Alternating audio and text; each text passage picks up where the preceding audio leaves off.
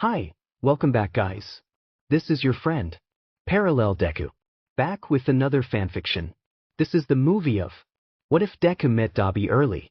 Now before starting, please give this video a like, and subscribe to the channel if you want more videos like this.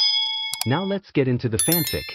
The man's hand on Dabi's hip was what drove him over the edge. It was a business negotiation of sorts, but honestly Dabi couldn't remember what the hell they were negotiating about. And then the man had taken a step closer, put his hand on Dabi's hip, and Dabi snarled, ignoring the way it pulled on his staples. He wrapped a hand around the man's wrist, let his palm heat up hot enough to sear flesh but restrained his flames and hissed, "Don't get familiar." The man yanked his hand away and stumbled out of the alley. Dabi watched him go with disinterest, then frowned and turned to walk off in the opposite direction. He walked for a while, with no distinct location in mind, walked even as night fell.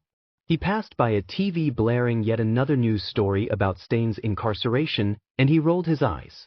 The world needed to either get over that or take a deeper look into it, examine Stain's motives and consider that maybe the guy was FING right.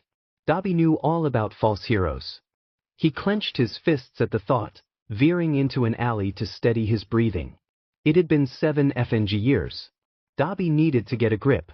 "Ah, there you are," purred an oddly familiar voice, and Dabi's stomach plummeted. He knew he should have incinerated that freak when he had the chance. The man from earlier in the evening was back, this time with several buddies. He clutched his burned wrist to his chest and grinned, manic and unsettling as his cronies advanced. In seconds, Dabi was surrounded on all sides, with no escape. Shoyuta sighed, scrubbing a hand down his face. It was so FING late, and he just wanted to go to bed, but he'd returned from patrol to find that he had too much paperwork to finish to justify putting it off any longer. So, with a heavy sigh, he trudged back to UA and back to his office to gather up his files and put them in UA's very heavy-duty, very heavily guarded records room. Shoyuta was just about to put away a file on property damage Bakugu when UA's security alarms started blaring, announcing a security breach. Shoyuta, file forgotten, jumped to his feet and raced out of the record room to see what the problem was. A kid, having obviously been assaulted and beaten unconscious and then dropped on UA's doorstep, was not what Shoyuta was expecting. Shoyuta recognized the kid's face from some of the police reports he'd been investigating recently, but he'd never actually found the kid. There was a sticky note taped to the kid's forehead, informing them that apparently the kid had been found in an alley, imploring them to help. Shoyuta couldn't help but feel that it was a test of some sort, but he dismissed the thought and turned back to the kid. The kid looked to be in the 17 to 20 range, with messy black hair and burned, mottled skin held in place by surgical staples. He had several piercings and he wore all black clothes. There was something familiar about the curve of his nose, the slant of his eyes, but Shoyuta couldn't quite place what it was. "And you said he's a wanted criminal?" Hisashi asked, clutching a sugary energy drink and blinking blearily at the unconscious kid on the couch in the staff break room. Most of Shuta's colleagues were standing in a semicircle around the couch, all of them equally dependent on some sort of caffeine fix except for Nizu, who was probably some ancient deity that didn't need things as frivolous as coffee or tea or energy drinks. "Mostly petty crimes," Shoyuta grunted. "Claims of assault that don't have much basis, trespassing, arson, vandalism, theft." "Hang on," Namuri said, choking down a mouthful of coffee. "What was that middle one?" "Vandalism." Namuri waved a hand. No, the other one." "Trespassing." Namuri opened her mouth to respond, but Cementos cut her off with a heavy sigh. How a man made of FNG cement managed to look so very tired was a mystery to Shoyuta. "She means the arson thing, Aizawa." "Oh, that," Shoyuta said lightly. "It wasn't a big deal, and they're just accusations. Kid just burned down a building once or twice." Hisashi choked. My, Nizu said, chuckling. "Sounds like this boy has certainly made his way around." "Sounds like this boy is dangerous," Power Loader protested, clutching his coffee mug in a white-knuckle grip. "Says the guy who teaches Hatsum Mei," Ken muttered, sipping at his tea while averting his eyes. Shoyuta could practically hear the "but that's none of my business." Dangerous as he may be, Yagi finally cut in. He is still a child. I know that sometimes as heroes we tend to be on the more jaded side of the spectrum, quick to judge and quick to assume, but most villains are not villains because they chose the lifestyle, just like most criminals are not criminals for the fun of the chase. A grim silence fell over the gathered staff members. Shoyuta took a moment to appraise his colleagues, then gave Yagi a quick nod of acknowledgement. Whereas earlier in the year he'd written the man off as too self-centered and worried about his image to give a DMN about the more complex side of hero work, Shoyuta was quickly learning that there was much more in that blonde head than Yagi usually let on. This could be a test, Nizu began, watching the kid with a strange gleam in his beady eyes. Someone brought this boy here for a reason, brought him here and not to a hospital. It's a test, but a test of what? Shoyuta had the feeling Nizu already knew the answer to his question, but still he said, it's most likely a test for us, specifically. We've been under media scrutiny since the USJ, but now someone has presented us with a wanted criminal, a criminal that's unconscious and helpless, completely subject to our will. Shoyuta paused. It would be all too easy to turn him in and wipe our hands of the issue, but what would that say about us? You think it's a test of nature, Nizu deduced. Whoever dropped this boy here is daring us to reveal our true colors, to show the world how we respond to a situation such as this. Do we turn him in and turn a blind eye when he is inevitably thrown into a prison where he faces potential harm, or do we offer him a second chance when the world barely gave him a first? Again silence. This time it was loaded, contemplative. Shoyuta sipped his coffee. He knew where he stood on the subject, at least. Hisashi was the one to finally break the silence. And if he's beyond help? Nobody is beyond help, 13 said gently. It's a matter of if they will accept it, not if they are in a place that warrants it. Before anyone could respond, the kid began to stir.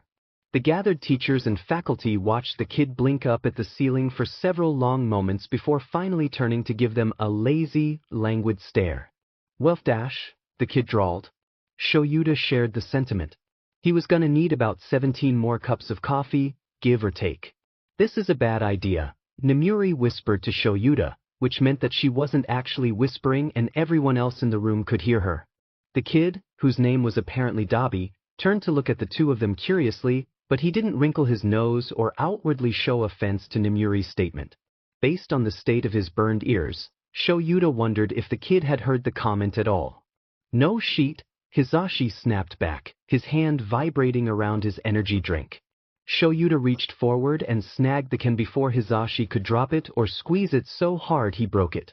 Dabi quirked an eyebrow and turned his gaze to Hisashi, who squealed and cowered behind Shoyuta. Ooh, look at his glare. Shoyuta rolled his eyes. I think that's just his face, Hisashi. He paused, considering his next few words. And I think we should give this kid a chance before writing it all off as a bad idea. Things are usually a bit more complex than good and bad or black and white, after all. Nemuri frowned. I hate it when you're right. Shoyuta sipped his coffee and said nothing. Dabi blinked electric blue eyes in Shuta's direction, and Shoyuta couldn't figure out why those eyes seemed so familiar. He'd never even met the kid before that night. So, let me see if I have this right, the kid asked, completely nonplussed and apathetic. You all want to put me, a known criminal, in class with a bunch of hero hopefuls in an effort to, how'd you put it, reform me? It's a second chance, 13 replied gently, in the way that only 13 could ever manage. Dabi gave the space hero a suspicious look. You're young, which means that no matter what you've done, you're still not mature enough to be set in your ways, despite what you might think. Dabi seemed to relax, until 13 added, it's clear that the world has not been kind to you and this has made you angry, but we would like to help change that. The kid bristled. How old do you creeps think I am? The kid asked, and Shoyuta thought he heard the slightest tremble in Dabi's normally level voice. 17, Hisashi replied. Maybe 18. I wouldn't go older than 19, Nemuri added. Dabi scowled. I'm 21. I teach 15-year-olds with more meat on their bones, Shoyuta said flatly. So that's a whole other problem. Dabi, Nizu finally said, his voice chipper. UA is offering you a choice. You could decline our offer and be on the way to prison by morning, Or you could stay here and let us try to help you become better. And what happens when I'm reformed? Dabi asked. You throw me out onto the streets again. I'm forced back into a life of crime and villainy. God, we all know I'll just bust out of prison. Why not cut out the middleman and just let me go? First of all, Shoyuta said, I wouldn't let you go anywhere in the state you're in right now, bruised to hell and probably bleeding somewhere. Second of all, just accept the offer, kid. You're not gonna find anything better out there in a back alley. Dabi squinted before he finally waved a hand. Whatever. I don't really know if it'll work, old man, but you guys can do whatever you want. Wonderful, Nizu said. Ken stepped forward and wrapped a quirk inhibitor bracelet around each of Dabi's wrists. We'll be placing you in one of UA's on-campus dorms, obviously alongside some of our finest staff members, just to make sure everything goes smoothly. I'm sure Aizawa would welcome you into his class, and his students will come to see you as one of their own in no time at all. Shoyuta just sighed. Nizu's eyes gleamed. Well, if that's everything, then I suppose you all can get back to bed before you all have to come back bright and early tomorrow for class. And with that, the little rat man was gone. Shoyuta blinked and scrubbed at his face. Hisashi, he said, if I'm moving into one of the dorms, I need to go get my cat. Can you watch the kid until I get back? Hisashi stared at him like a deer in headlights, clutching Nemuri's arm hard enough to bruise. Shoyuta rolled his eyes. Yagi shifted his mug.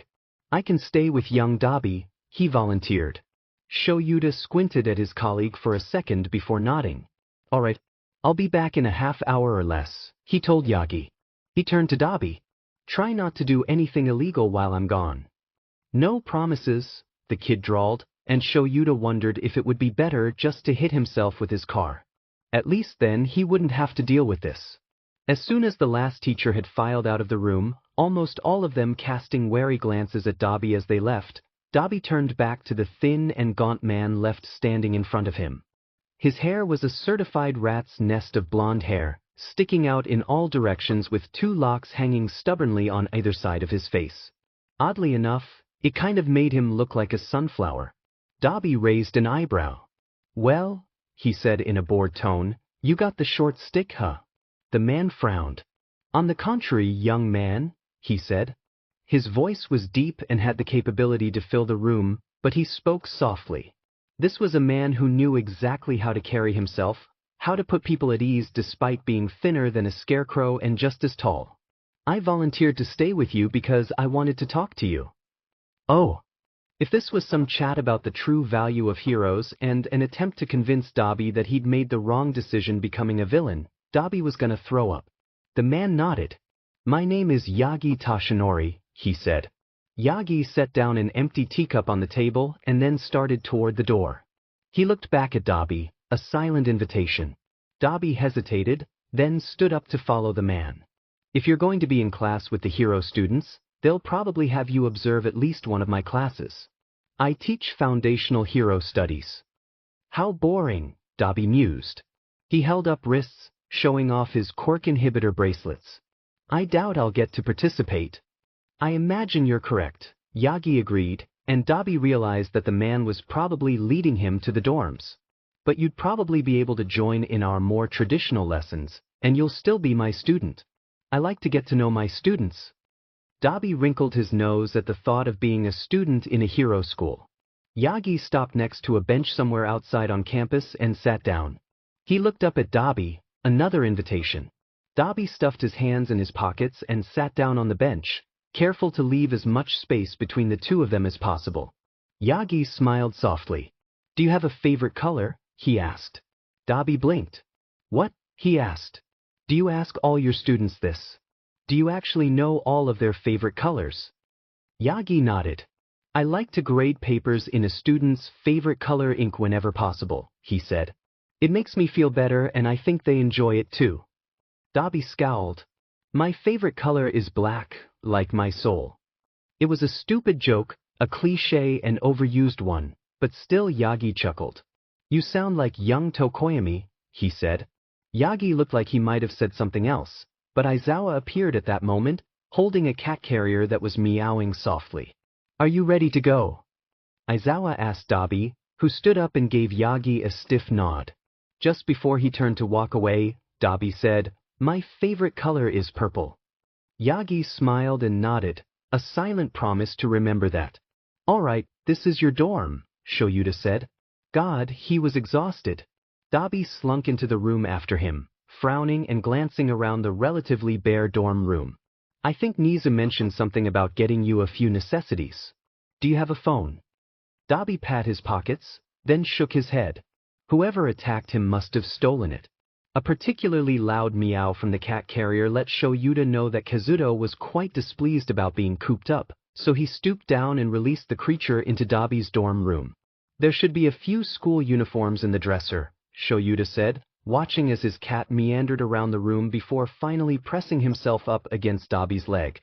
Dabi crouched down and scratched Kazuto's head, his face taking on an unusually soft expression. Shoyuta paused, allowing Dabi to have a moment with Kazuto before he continued. "I'll be back at 7:15 to pick you up before class. You'll eat in the staff room with the other teachers. I expect you to be wearing the uniform by the time I get here." Dabi hummed in acknowledgement, still enraptured with Shuta's cat. Shoyuta sighed, and hesitated for just a second before he called Kazuto's name and waited for his cat to return to him. He scooped Kazuto up into his arms and then grabbed the carrier, pausing in the doorway just long enough to say, "Have a good night, Dabi." Once he was left alone, Dabi sat down on the bed and put his head in his hands. He really should have just killed that guy when he had the FING chance. God, how long had it been since he ditched the hero scene? He at least remembered enough before falling unconscious to know that the creeps never truly got their hands on Dabi in a way any more NTMT than a punch, which was something of a relief. But he didn't know how or why he ended up at UA, didn't know how or why he was going to get out this deal without going to FING prison, where he would not be able to burn the unwanted hands people put on him. Before his panic could well and truly pick up, Dabi schooled his facial features into something relatively neutral and attempted to level out his breathing. After he'd calmed down slightly, Dabi sat up and took stock of his situation. He was basically forced to enter a reformation program with a bunch of hero-hopeful brats or go to prison, which was a big no. One of said hero-hopeful brats was Todoroki Shuto, the little brother he hadn't seen in 7 years, which was also a big no. All of his FING health issues would eventually come to light, which was an uncomfortable enough thought to be a big no. On the plus side, Dabi had a normal place to sleep for the first time in 7 years. He would also probably get regular meals again, so his stomach could finally stop eating itself. Shuto had never seen him look anything like he did now, so it was unlikely Shuto would ever recognize him. Shaking his head, Dabi stood and crossed over to the dresser to look at his school uniform. It wasn't bad, of course, was probably made of fabric nicer than literally anything Dabi had ever owned, but the sight of it still made his nose wrinkle. He scowled and slammed the drawer shut, loudly, only for someone to bang on the wall next to his bed. He jumped as someone shouted, "Keep it down," from the other side of the wall. All right. Dabi was staying in the teacher dormitories. Fan-FING-tastic. Scrubbing a hand down his face, Dabi trudged over to his bed and kicked off his boots before collapsing face first. He was too FNG tired for this. Aizawa's cat was FANG fantastic. The animal had followed Aizawa over to Dabi's door when the man went to pick up Dabi for breakfast, and immediately made itself at home in Dabi's arms when he bent down and picked it up. Dabi stroked the animal's back, entranced, and felt more pleased than he had in all of his 21 years of life. "What's its name?" Dabi asked, walking beside Aizawa as the man led him back across campus to the staff room. Aizawa grunted and glanced over, making sure his cat was still satisfied in Dabi's arms. "Kazuto," he replied lowly. "I don't know why he likes you so much, he's usually not this friendly." "I run hot," Dabi replied, shrugging and murmuring an apology when the motion disturbed Kazuto's slumber. Benefits of a fire quirk. It was mostly true. Dabi could force his body to run hot when he wanted it to, which is something he usually had to do, since his body was actually naturally much colder than was healthy when one lived on the streets. Side effects of a body made for an ice quirk, Dabi supposed. Aizawa blinked and turned to face forward again. "Well, that explains the arson." Dabi hummed and continued to pet Kazuto, completely blissed out. Back before he'd run away, he used to love all things soft, and Aizawa's orange cat was just about the softest thing Dabi had ever felt. I wasn't expecting you to be much of a cat person, Aizawa said, holding the door open for Dabi and Kazuto. Dabi grunted. I relate to cats, he said, mostly because they have a particular need to create chaos and also they seem like they could commune with shadow demons if they wanted to. Aizawa faltered for a moment before he quickly fell into step with Dabi again. I'm joking, Dabi said dryly. I just like how soft they are. Aizawa was clearly even more off-kilter after that remark, an observation that Dabi secretly took a great deal of enjoyment from. Every time he revealed another detail that made him seem just a little bit more like an actual human being and not a dumpster goblin, every teacher at UA seemed to choke on their own assumptions and Dabi was living for it. Aizawa slid open the door to the staff room and walked in before Dabi. Almost every teacher gaped at the sight of Dabi holding Kazuto, apart from Yagi, who merely smiled thinly at the two of them and gave them a nodded greeting over the lip of his mug. Present Mike openly stared as Dabi and Aizawa passed, spluttering. Close your mouth, Aizawa chided, filling a mug with coffee while Dabi sat down at the table in the staff room. You'll catch flies. But, Present Mike protested, gesturing mutely to where Dabi continued to pet the cat with a completely apathetic expression on his face. You never let people pet your cat. No, I don't let you pet my cat, Aizawa replied, sipping at his coffee and watching blandly as Present Mike gestured wildly. But that's because Kazuto doesn't like you. Midnight walked by Present Mike, patting him on the shoulder and making an expression that looked as though Present Mike had fought and lost a noble war. It's okay, she said sagely. Kazuto doesn't like me either. That's because you two are FNG insane, Power Loader said, dumping several packets of sugar into what could have been milk from how pale his coffee was. There any actual coffee in that cup? Dabi grunted with distaste. He didn't like coffee and his stomach never let him digest it without retching, but even he could tell that whatever Power Loader was about to put in his mouth would be truly horrible. There any actual meat on your bones? Power Loader shot back, instantly, then went rigid throughout his entire body. A hush fell over the entire room, but Aizawa snorted and rolled his eyes. Probably not, Dabi conceded, petting Kazuto and staring directly into Power Loader's eyes with the gaze of a man who had met God and wasn't impressed. I think you just went toe-to-toe with the Angel of Death, Ectoplasm whispered in Power Loader's ear, but the room was quiet enough that Dabi heard it anyway. And lived, Hound Dog added. Dabi slowly raised a single, unimpressed eyebrow. As if to punctuate his expression, Kazuto let out a disdainful meow and yawned in Power Loader's direction. All three of the heroes across from him shuddered and averted their eyes. Dabi glanced over at Aizawa and Yagi. Yagi looked to be stifling his laughter by pretending to cough, while Aizawa just rolled his eyes again. Dabi saluted them and reached for a bagel, watching Midnight carefully catalog his every move even as he took a bite of said bagel and resumed petting the cat on his lap. She quirked an eyebrow at him. Present Mike leaned over and whispered something in her ear, and her eyes started to twinkle with a glint of mischief. Dabi chewed his bagel slowly, waiting for her to act on whatever Present Mike had just told her. Oh, Dabi, she said, her voice thick and sultry. Someone behind Dabi choked on their breakfast, and Dabi figured they knew what was coming. He was pretty sure he did too, but he didn't really care. Midnight shifted herself so that her curves were shown off in a very obscene way. Dabi saw Present Mike flush all the way up to his ears, sitting behind Midnight. Yeah. Dabi grunted, swallowing another mouthful of bagel. Midnight reached around for her arm with her cherry-red nails, and Dabi finally put the pieces together. This was her technique, the flirt she used with most male villains before she used her quirk to knock them out. Dabi sighed, discreetly reaching into the pocket of his uniform jacket for the sickness mask he'd shoved in there before he'd left his dorm. Midnight drawled something vulgar as Dabi slipped the mask around his ears and tugged it up over his nose, all the while petting the still sleeping Kazuto. Hey, where'd you get the mask? Present Mike asked as Midnight pouted. My pocket, Dabi replied. Midnight turned to Present Mike. I thought you said you were sure he'd fall for it. Present Mike opened his mouth to reply, but Dabi cut him off. Midnight, with no due respect, I'm very gay and I really don't find you attractive. Points for trying, but you're barking up the wrong tree. Midnight pouted even harder, if possible, and left the room. The sheer power this man holds, Power Loader whispered fervently, is terrifying.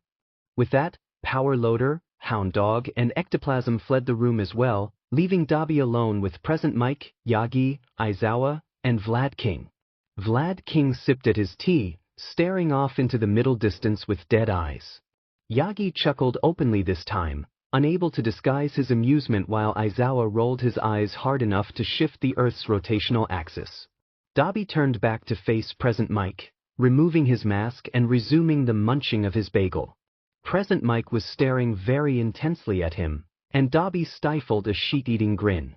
He glanced to his left and noticed the bagel bag sitting innocently at his elbow. He blinked and looked back at Present Mike.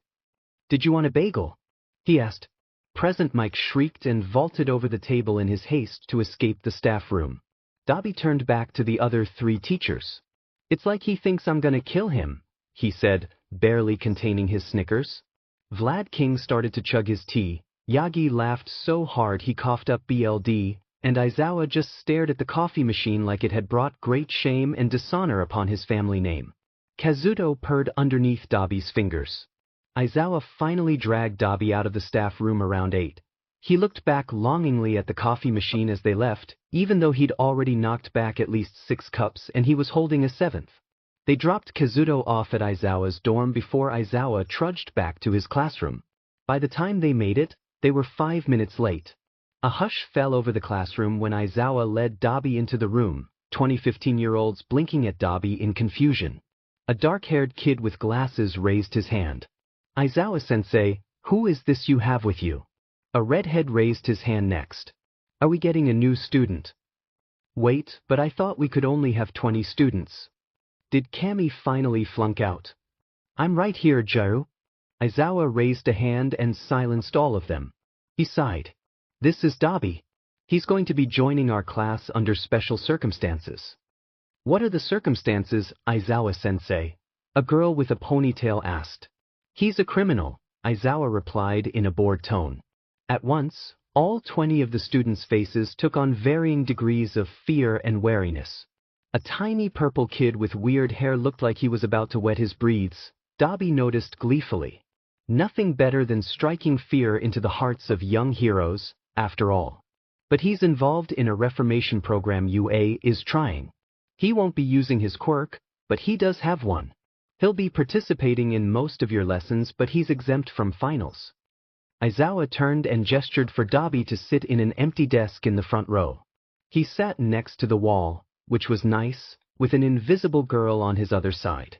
Dabi would have pitied the poor sap stuck behind his ridiculously lanky body, but he knew he'd probably end up slouching anyway, and he also didn't give a flying F about literally any of these students.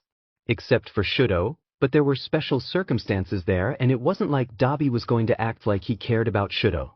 "Anyway," Aizawa said as soon as Dabi had sat down, "on to today's lesson plan." About 20 hands shot into the air, give or take, but Aizawa ignored them all and pulled out a textbook. He began reading from a passage in the book in the most monotone voice Dabi had ever heard, and Dabi literally felt the sound of it lulling him back to sleep. Somewhere behind him, one of the students yawned, and Aizawa froze, mouth still open and ready to form the next word.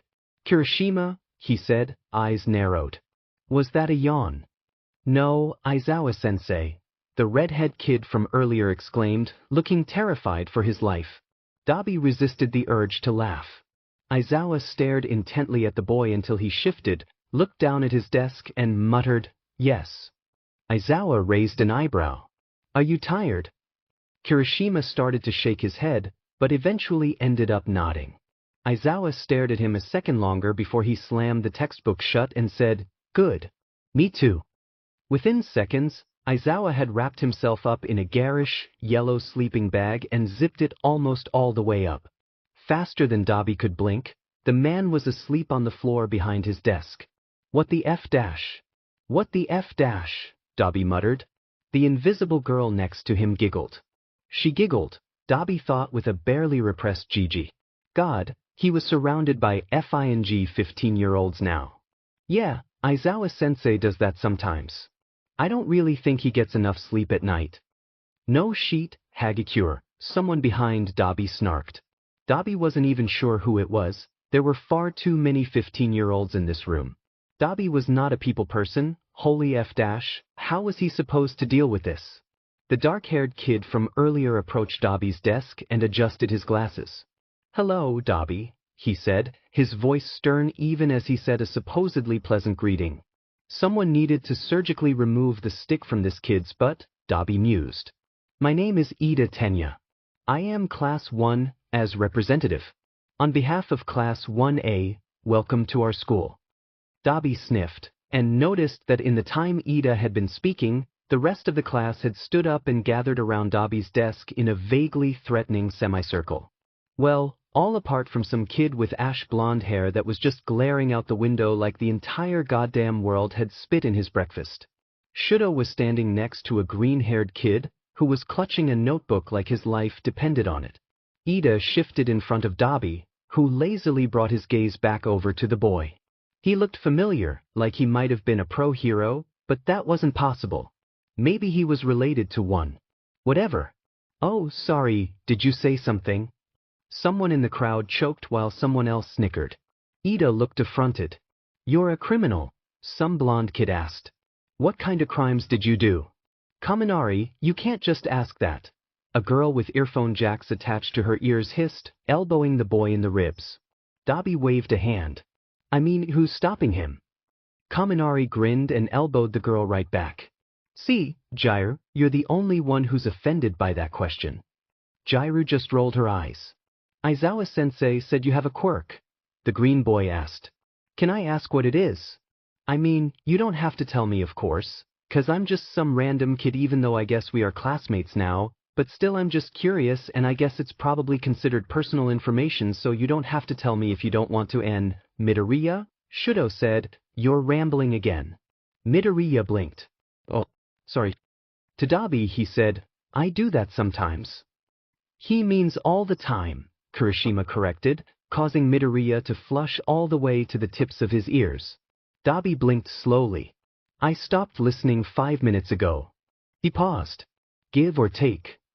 But we weren't even talking to you 5 minutes ago, a girl with brown hair said, tugging on the ends of her fingertips nervously. And the class fell silent again. I'm terrified, Kaminari stage whispered to the tall guy standing next to him, but it's mostly because this guy is effortlessly cooler than I could ever hope to be. The guy snorted and shoved Kaminari. So, if you're a criminal, does that make you a bad boy? The weird purple kid asked. His lisp was annoying. Do you get lots of girls? Dabi frowned. He didn't do anything for a long moment, merely stared at the kid with enough intent to see directly into the kid's pathetic excuse of a soul. Finally, he said, Don't talk to me. Honest to God, the kid burst into tears on the spot. Where are you even taking me? Dabi asked, masking the curiosity in his voice to make it sound like he couldn't care either way. It wasn't a complete lie. He really didn't care where these heroes put him or what they did with him. He just liked to know things. Recovery girl, Aizawa grunted, face buried in his capture weapon. She wants to check up on you after last night. Right? That.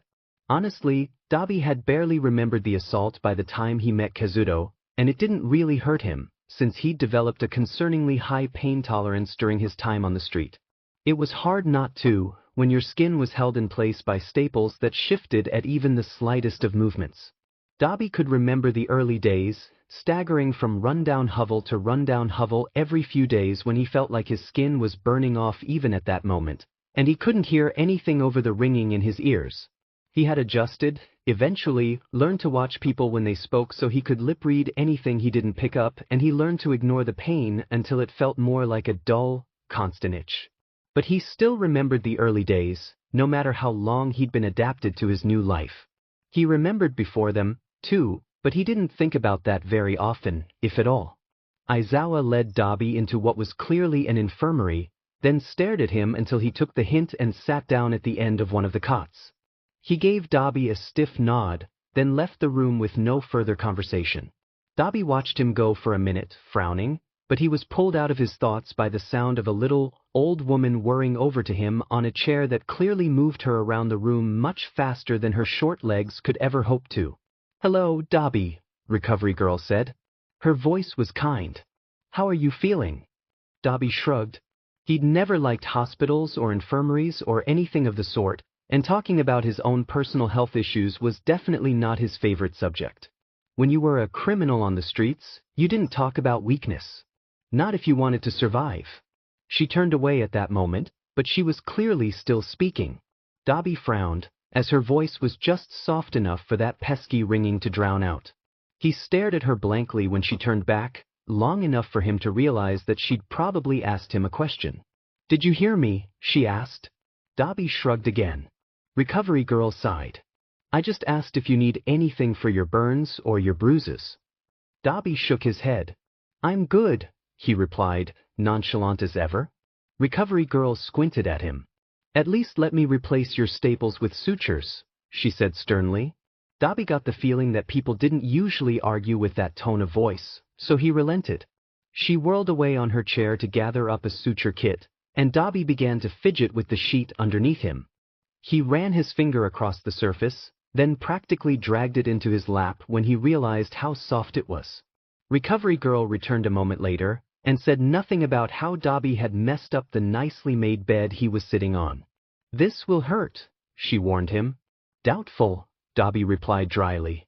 Recovery Girl just shook her head and began removing his staples a few at a time, suturing his burned skin to healthy flesh before continuing.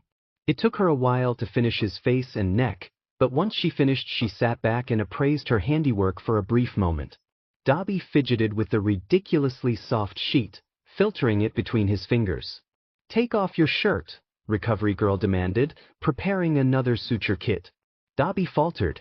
"You seriously want to do all of it?" he asked, frowning. He ignored the phantom feeling of a hand creeping around his neck, the panic brewing in his gut. Recovery Girl just stared at him, waiting for him to get the memo and remove his uniform. He loosened his tie and removed his blazer before unbuttoning the shirt, tugging it out of his breathes to remove it fully. He offered her one arm, keeping the other to mess with the sheet. "How far down does it go?" she asked quietly, suturing the skin just beneath his collarbones. Dabi shifted, then stilled when she shot him a glare. "All the way," he said, ripping a loose thread out of the sheet. Recovery Girl fell silent, working diligently until she'd finished suturing his arms and back and torso. "You can put your shirt back on," she said, and Dabi pretended he wasn't massively relieved to hear it. "But I'll need you to remove your breathes for the sutures on your legs." The hand was back, choking and burning his throat as he undid his breathes and watched her with a critical eye. He didn't realize how rough he was being on the poor sheet until he looked down and realized he'd worried at the hems so much it was frayed and ripped.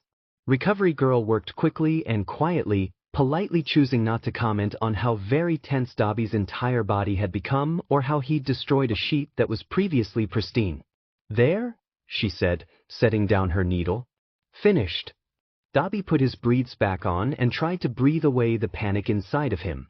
"Try not to put too much stress on those sutures," she said. "It'll be much easier to pop a stitch than a staple, but at the very least it will preserve a little bit more of your healthy skin. Skin is not meant to heal around a staple, mister." Dabi grunted. "I had sutures in the beginning," he said in a low voice. "Kind of hard to stitch the skin on your own back without FNG it up even more." Recovery Girl watched him for a moment longer before she averted her gaze to the pile of used suture kits on the metal tray table she'd brought over to his bed, fussing around and tidying them. "I don't know what happened to you," she said, after a few beats of silence, "but I would like to say that I am sorry." Dabi froze. Recovery Girl continued, and Dabi realized she was speaking louder than before, loud enough for him to understand even without looking at her. She had noticed. "I don't know what you did out there before you came here," she continued, "but, frankly, I don't care. You are young, and there is nobody who has done something so bad so young to deserve the kind of suffering you have endured." Dabi might have said something else, might have responded, or even just made a snarky comment to hide the fact that her words had cut straight to the core of his being, but Aizawa appeared in the doorway at that moment, looking haggard. You missed afternoon classes, he said. Recovery girl turned to face the hero, smiling again. My apologies, Aizawa, she said. I wanted to stitch up his wounds, and it ended up taking longer than I had anticipated. Aizawa studied her for a very long moment before he grunted and nodded for Dabi to follow him back to the staff room. Dabi followed mutely, his mind still reeling from the single afternoon spent with Recovery Girl. That woman was quite possibly the most observant person Dabi had ever met. He wasn't sure how to feel about that. Dabi jerked awake with a start, glancing around at his surroundings and realizing that he'd fallen asleep in the middle of the lunch hour. You need to eat, Aizawa grunted. You look like a strong breeze could blow you over. No, not even that. A soft exhale could topple you. Dabi rolled his eyes, attempting to shake off the lingering strings of a nightmare still clinging to him. He couldn't remember what the dream had been about, but based on the feel of a phantom head burning around his throat, he could guess. Desperate for a distraction, Dabi began to shovel the food on his plate into his mouth haphazardly, even though he wasn't hungry and his stomach was probably going to make him upchuck it all later. At the very least, it got Aizawa off his back. Come on, Aizawa said, at the end of the lunch hour. It's time for afternoon classes, which you missed yesterday. Dabi followed him silently, mentally arguing with his beach butt stomach, which was currently whining about getting some proper FNG nutrients for once in Dabi's godforsaken life. Are you even listening? Aizawa asked suddenly. Dabi glanced up and realized that Aizawa had probably been speaking to him. Over the ringing in his ears and the whining of his traitorous stomach, Dabi hadn't heard much of anything. Oops. No, Dabi answered honestly. Aizawa rolled his eyes. Honestly, he was probably going to strain them if he kept rolling his eyes so often. I'm leaving you with my students. I have papers to grade. Please don't kill anyone, Aizawa repeated, sighing. Dabi raised an eyebrow. I'm kind of useless at the moment, old man. And yet somehow you had Mineta in actual tears yesterday. I already explained this, Dabi said, bored. He was being weird and perverted and I just told him not to talk to me. It's not my fault his tear ducts decided to flood. Aizawa sighed again, long and heavy like he was a balloon slowly deflating. Dabi just rolled his eyes and allowed Aizawa to steer him into a classroom full of rowdy students fresh from lunch. Fantastic. Hey, Dabi. Kaminari said brightly, looking up from where Bakugo had him in a headlock. Are you coming to afternoon classes today? Dabi grunted. What's it to you? Kaminari was undeterred. Dabi really didn't want to talk to anyone right now. Anyone but his stomach, which needed to stop throwing a fit every time Dabi tried to eat literally anything ever. I dunno, you're cool and also you missed afternoon classes yesterday, so we weren't sure if you were just exempt from those or something. Nope, Dabi replied, sitting down at his desk and putting his feet up on top of it. A vein on Ida's forehead bulged. Unfortunately, I'm stuck with you losers. Oi, who you callin' a loser? Bakugo snapped, releasing his hold on Kaminari to stalk angrily over to Dabi's desk. Dabi glanced up at him through half-lidded eyes, practically oozing apathy. You, he said flatly. Bakugo looked like he was about to fly off the goddamn handle when a teacher walked in and the class fell silent. Dabi averted his gaze out the window and let the ringing in his ears overpower the teacher's voice. God, this whole reformation thing was boring. And painful, his stomach reminded him, pitching violently like it was a FNG trading ship on the high seas in the middle of a storm. Dabi! Dabi blinked away his abstract thoughts and looked up at Midoriya, who was awkwardly fidgeting a foot away from his desk. Midoriya blinked. Oh, well, we're all going to our next class. Foundational Hero Studies. You are coming, right? Dabi glanced behind Midoriya and saw Uraraka and Shudo waiting behind him, with Ida a few feet out the door and stressing that they were going to be late for class. Dabi shrugged. Guess I don't have much of a choice, he drawled, dragging himself out of his desk.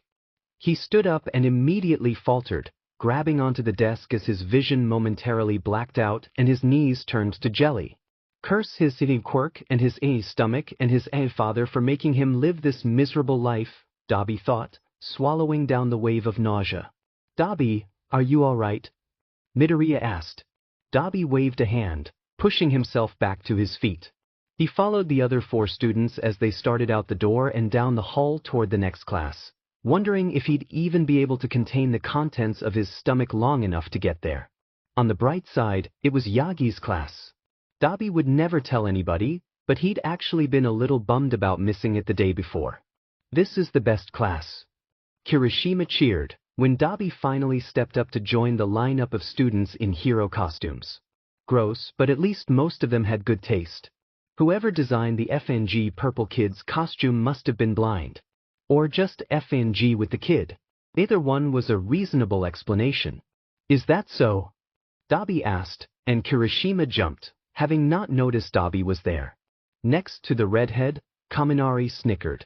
Definitely, Kirishima said once he'd recovered. Just wait till you see the teacher. Dabi already knew the teacher of the class, but he figured he'd humor the kid. Sure, he was a sarcastic piece of shit with a streak of apathy wider than the FNG pit, but he wasn't heartless and Kirishima was an excited kid. There was no need to ruin that at the moment. But the teacher who walked in to teach her the lesson was definitely not Yagi. Who the F is that? Dabi snapped, staring at a broad-backed man. Except, wait, he knew who that was. All Might. Just as FING All Might turned around, Dabi's stomach rolled and he doubled over and threw up right there on the floor. Oh dear. All Might crowed. Dabi shared the FING sentiment. The class erupted into chaos. Chaos that made the ringing in Dabi's ears progressively worse until he gagged and puked again. Shut up, he rasped, bringing his hands away from where they clutched his gut to cover his horribly ringing ears. He did not sign up for this. Yairozu, All Might said awkwardly, please go notify a member of the cleaning staff. Ida, please SRT Dabi to Recovery Girl's office. As if to punctuate All Might's statement, Dabi's stomach pitched and he puked again almost immediately. You might want to bring a wastebasket. The rest of you, please go out into the hall. We will resume class once the room has been cleaned.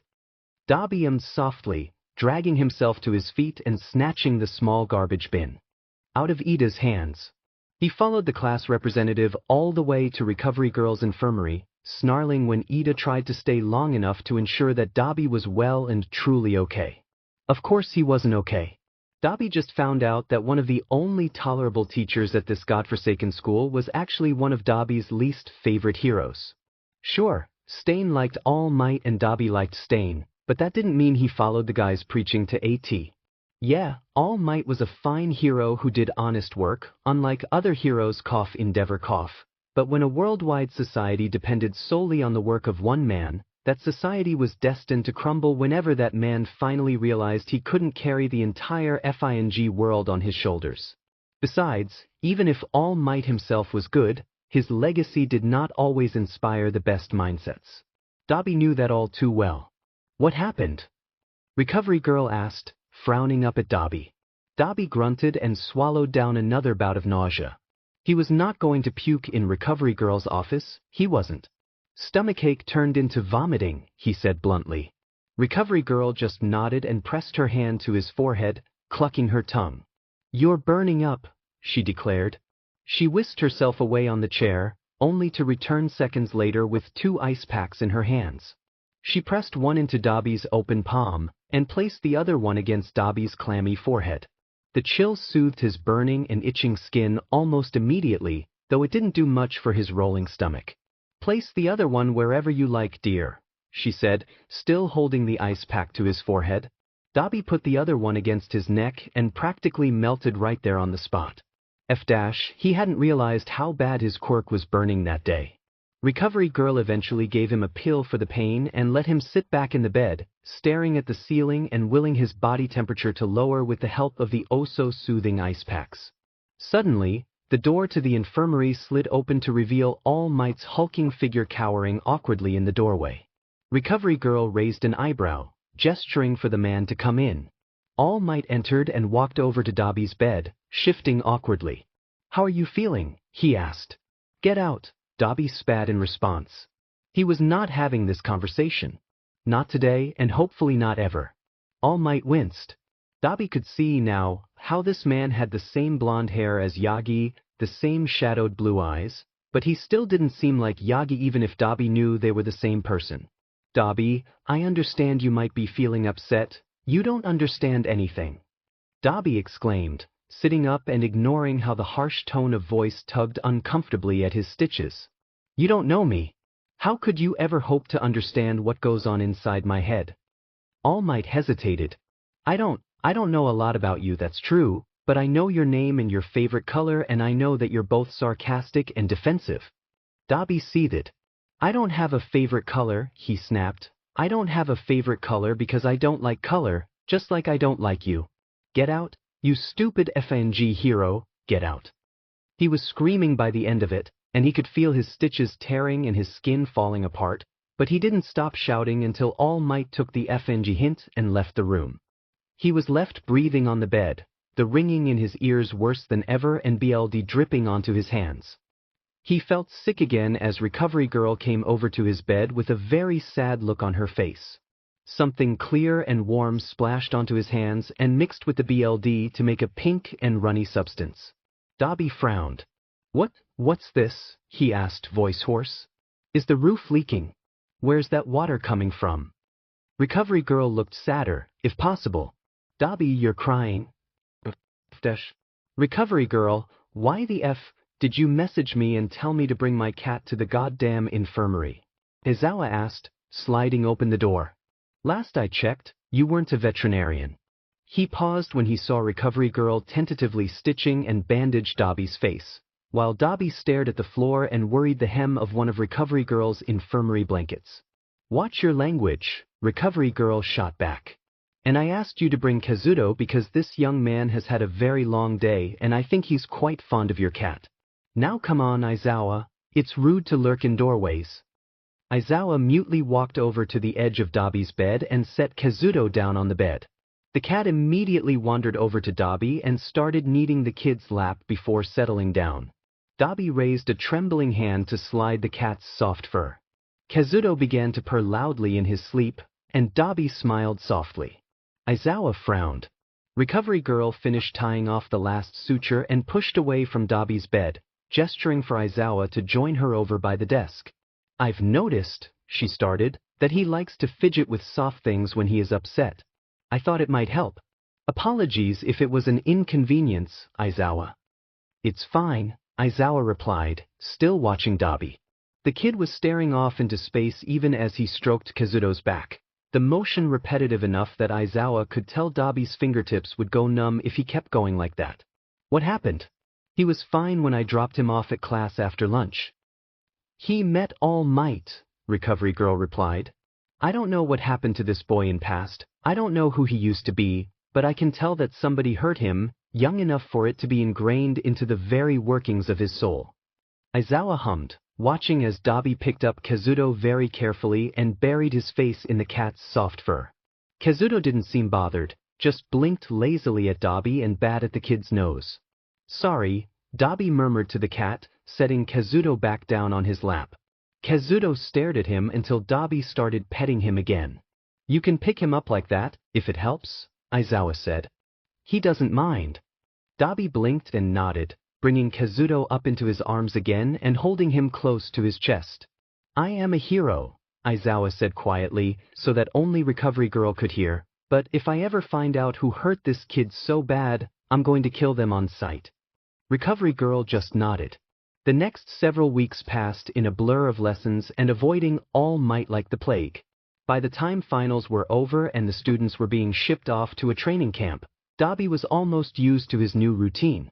It was all well and good until Dabi woke up on the morning the class was supposed to leave to find Aizawa standing outside his door expectantly. Why aren't you ready to leave? Aizawa grunted, as Kazuto wandered into the room and forced his way underneath Dabi's hand. Leave for what? Dabi slurred, still half asleep as he ran a hand down Kazuto's back. Kazuto purred, pleased with the attention. Dabi was beginning to realize that Kazuto was a rather needy cat, but he didn't really care. The camp, Aizawa replied, as if it were obvious. Dabi raised an eyebrow, then sighed. He probably should have seen that coming. Is Kazuto coming? Aizawa snorted, which was the only answer Dabi got.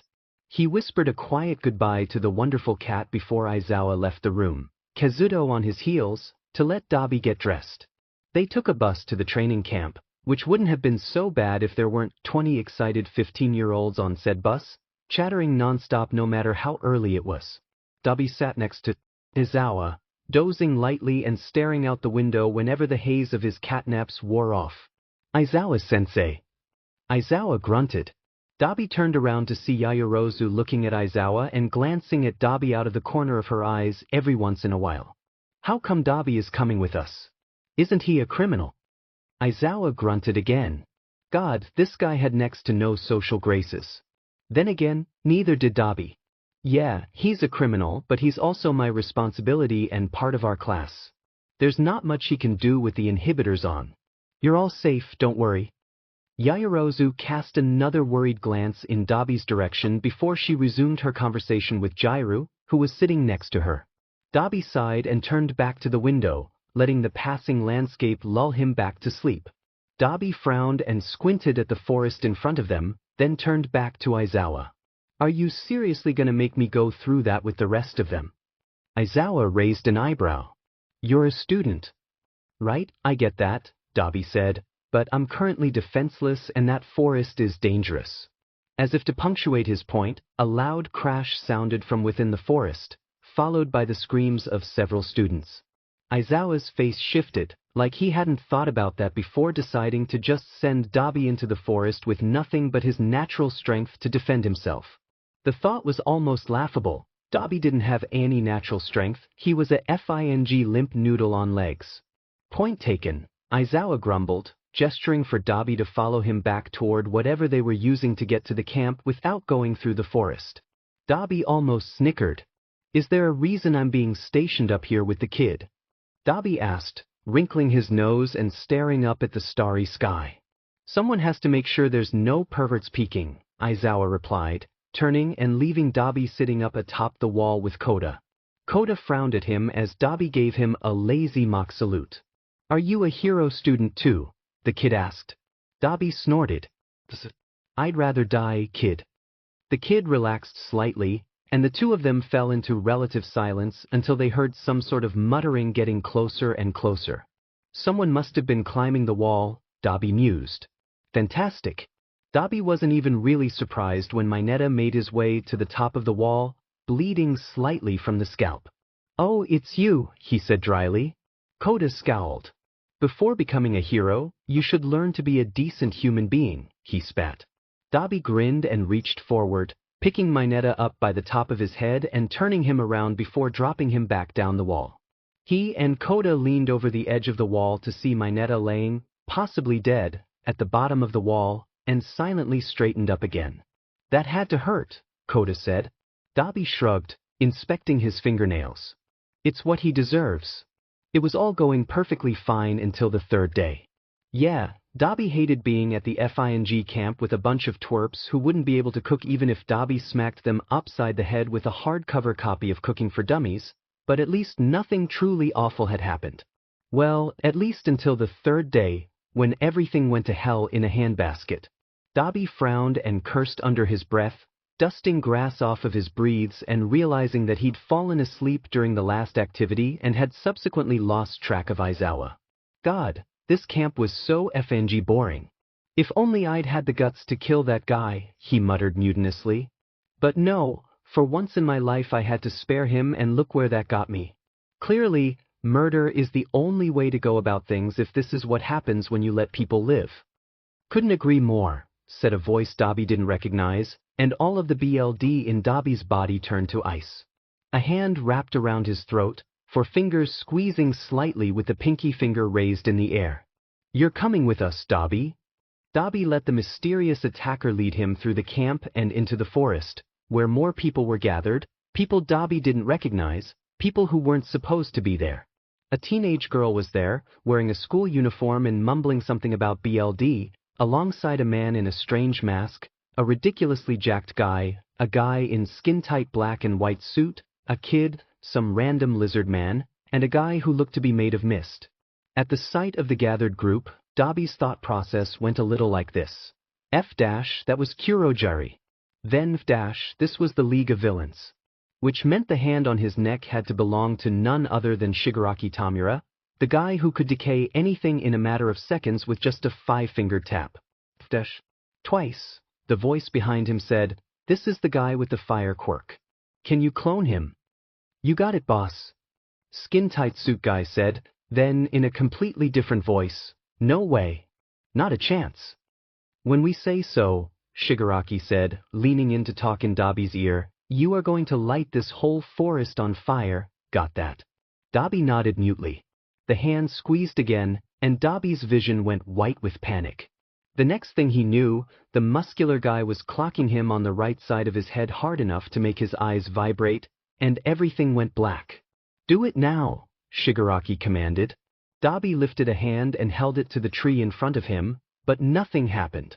He stifled a grin at Shigaraki's impatient, "Well, can't do jack's hit with the cuffs on, dumbass," Dabi drawled. Shigaraki snarled and reached forward, decaying Dabi's cuffs. He was practically spitting when he said, "Do it now, unless you want to become an ashtray." Dabi nodded and flicked his wrist in the direction of the trees, watching as the forest in front of him went up in blue flames. He could hear the kids screaming inside, knew that this was the dumb activity the pussycats were doing, and knew that it wouldn't end well now that the forest was burning. "Kurogyri," Shigaraki said, "let's move.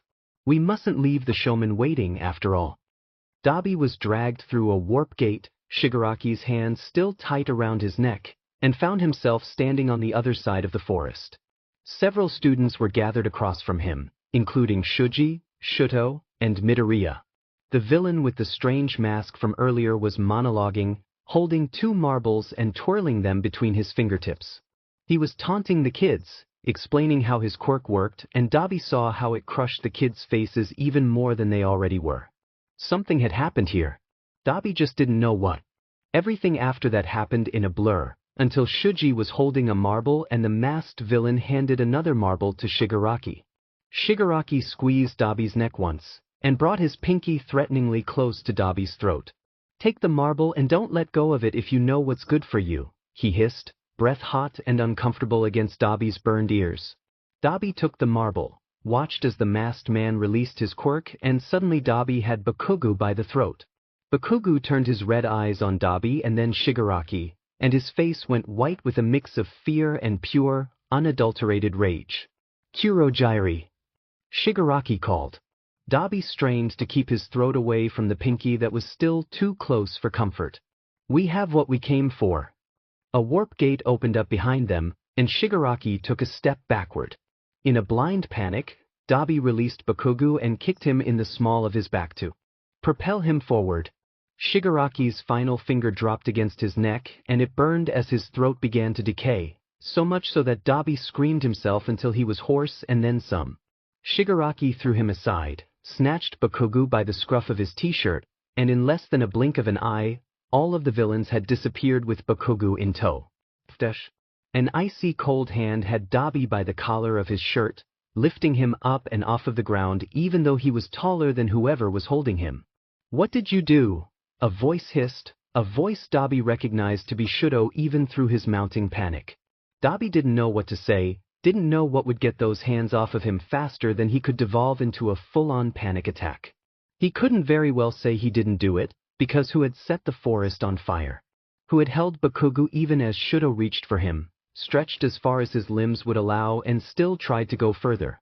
"Please put me down," he finally rasped, clawing at Shuto's hand until the kid got the hint and threw him roughly back onto the ground.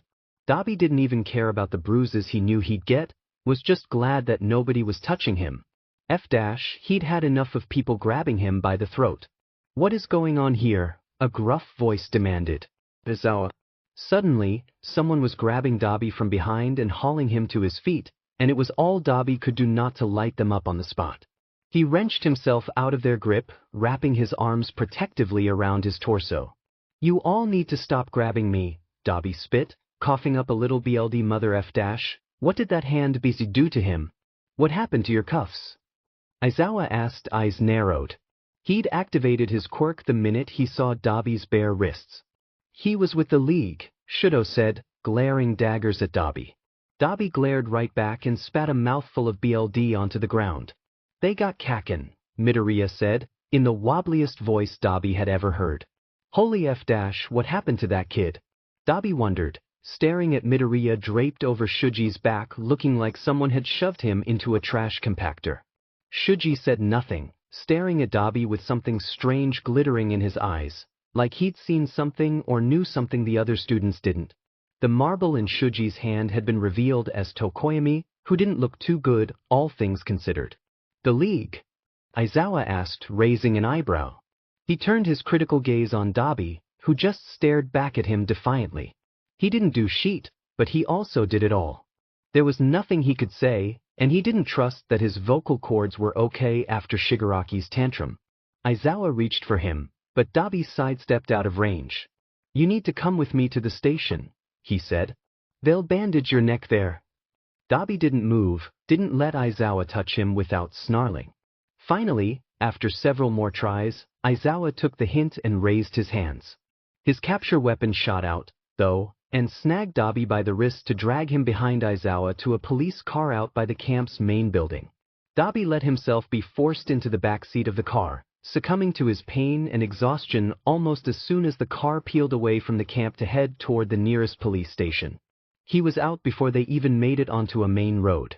Dabi stared blankly at the officer sitting across from him, itching to loosen the bandages on his neck that were wrapped too tight and made him feel like Shigaraki was still behind him. I'll ask you one more time, the officer said sternly. Who were you working with in the League of Villains? Where is the hideout? Where did they take Bakugo Katsuki? Well, wasn't that just the question of the hour? He'd been forced into the interrogation room barely 2 hours ago, chained to the table in such a way that he couldn't even move his hands, and he'd gotten new, industrial-strength quirk inhibitor cuffs for his trouble. The officer had been trying to question him, but it wasn't like Dabi had any valuable information. He didn't even want to help the League, was forced to either help or die, and as miserable as Dabi was, he would like to stay living for at least a few more days. What conditioner do you use? Dabi asked idly, staring at the officer's hair. It looked gross and ratty, like it hadn't seen a hairbrush or conditioner in the man's entire life, and while Dabi had an excuse not to use it, conditioner was FANG expensive and Dabi lived on the goddamn streets. This man was a police officer. Dabi knew those F-airs made bank. The officer snarled. Actually snarled, since his mutation quirk made him look like a weird fox. Oh, was that a sore subject? Dabi asked, nonchalant. My bad, I was just thinking that maybe you should switch brands if your current conditioner makes you look like that. The officer tapped a finger against the tabletop, clearly a few seconds away from blowing a fuse. Wait, I think that's just your face, Dabi said. Sorry, man. And that was the last straw. The officer lunged across the table and grabbed Dabi by the front of his shirt, slamming Dabi's ribcage into the side of the metal table hard enough to bruise. The officer growled, but Dabi just blinked. This is illegal, you know, he said. Do you like your job? The officer growled again and threw Dabi back into his chair, slamming the door behind him as he stormed out of the interrogation room. Another officer driven to the point of unbridled rage, Dabi thought gleefully. That was the 5th one since he was chained up here. Dabi was wondering who the next one would be and how he could pick them apart psychologically when Aizawa walked into the room. He walked over to the chair across from Dabi and sat down calmly, looking for all the world like he was just a man sitting down to eat dinner, and not a man about to interrogate a criminal involved in the kidnapping of a child. Shigaraki's quirk, Aizawa started, inspecting his fingernails, is to decay. Your neck was destroyed when you got here, almost like someone had rotted the skin right off of your flesh. Dabi raised an unimpressed eyebrow. No shit, Sherlock. Shigaraki may act like a toddler at times, Aizawa continued, laying his hands on the table and spreading his fingers, but he wouldn't seriously maim one of his teammates, especially not during a mission as high stakes as the kidnapping of Bakugo Katsuki. Dabi was impressed that Aizawa managed to say that last bit with a straight face, since he could tell the man had been absolutely seething since they arrived at the station. Tell me what really happened at the training camp, Aizawa demanded. Because I know it wasn't what it seemed. Oh, Dabi finally asked. How do you know that, hero? Shuji saw you, Aizawa said suddenly, and Dabi froze. He saw you release Bakugu and push him forward as soon as it seemed like Shigaraki was going to make you pull him through the warp gate. He saw how you got injured as a punishment for that, as a punishment for trying in vain to save Bakugu. He paused and brushed some of his black hair out of his eyes. So, you are going to tell me what really happened out there? Or what? Do you really want to find out? Dabi shrugged, after a long moment of silence. He broke eye contact with Aizawa and glanced at the wall, frowning and ignoring the way it pulled on his injuries. I fell asleep. Lost track of the group. When I woke up, Shigaraki grabbed me by the neck and made me light the forest on fire as part of the attack. I think one of them cloned me, he explained. I don't really know what happened, keep in mind. Aizawa hummed. And Bakugu. Dabi's frown deepened. They brought me back to the clearing and I don't really understand what happened, but the masked guy, Mr. Compress. Aizawa interrupted. Sure. Anyway, that guy handed me a marble and then it was Bakugu, Dabi finished. Shigaraki was tugging me through the portal and I realized they wanted Bakugu, not me, so I kicked him away. Didn't do much, they still got him and I just got F'd over in the end, but he didn't continue.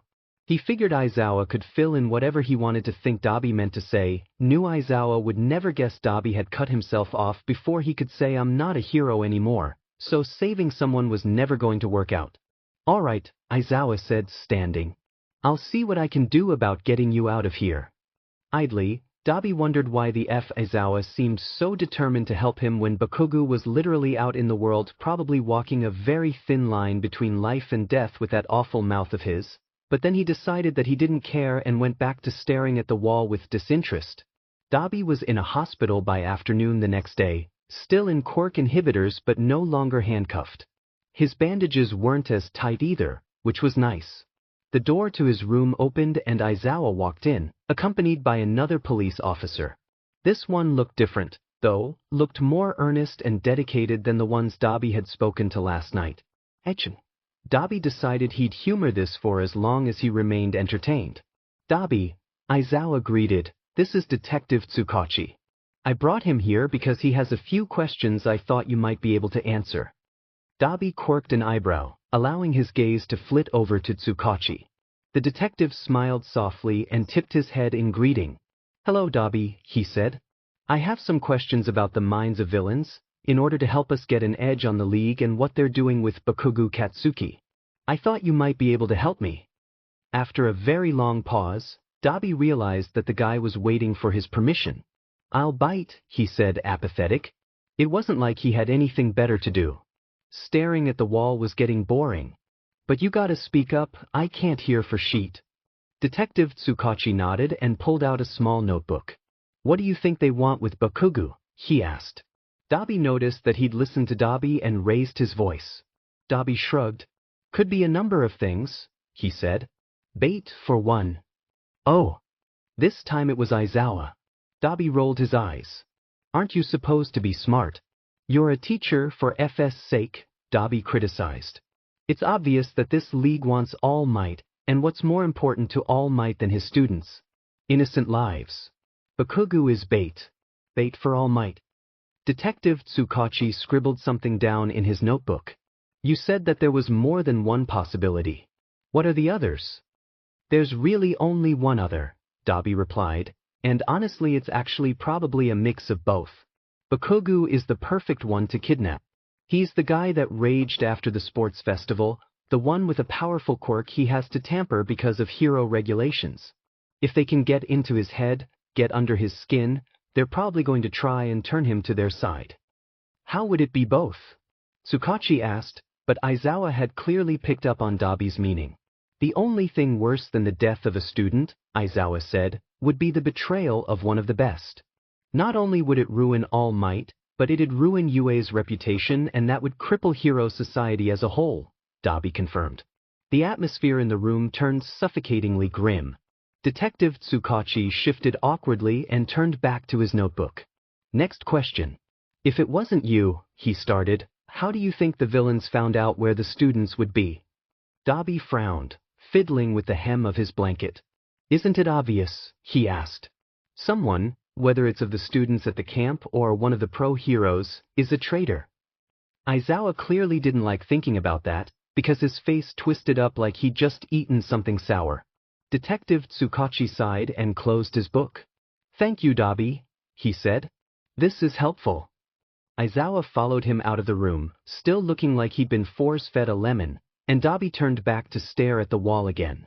Dabi's next visitor made him pause.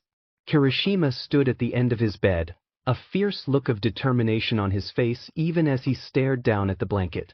Even though his hands and the lower half of his body were obscured by the footboard, Dabi could tell that Kirishima's fists were clenched tight enough to leave little cuts where his fingernails dug into skin. Then again, Kirishima's quirk was literally hardening, so maybe not. "Can I help you?" he asked. Kirishima was quiet for a very long moment, before he said, "Shuji told me what you did." His voice was quiet but still determined, the kind of hard edge to his words that told Dabi arguing was fruitless. "Where was this going?" And Dabi replied.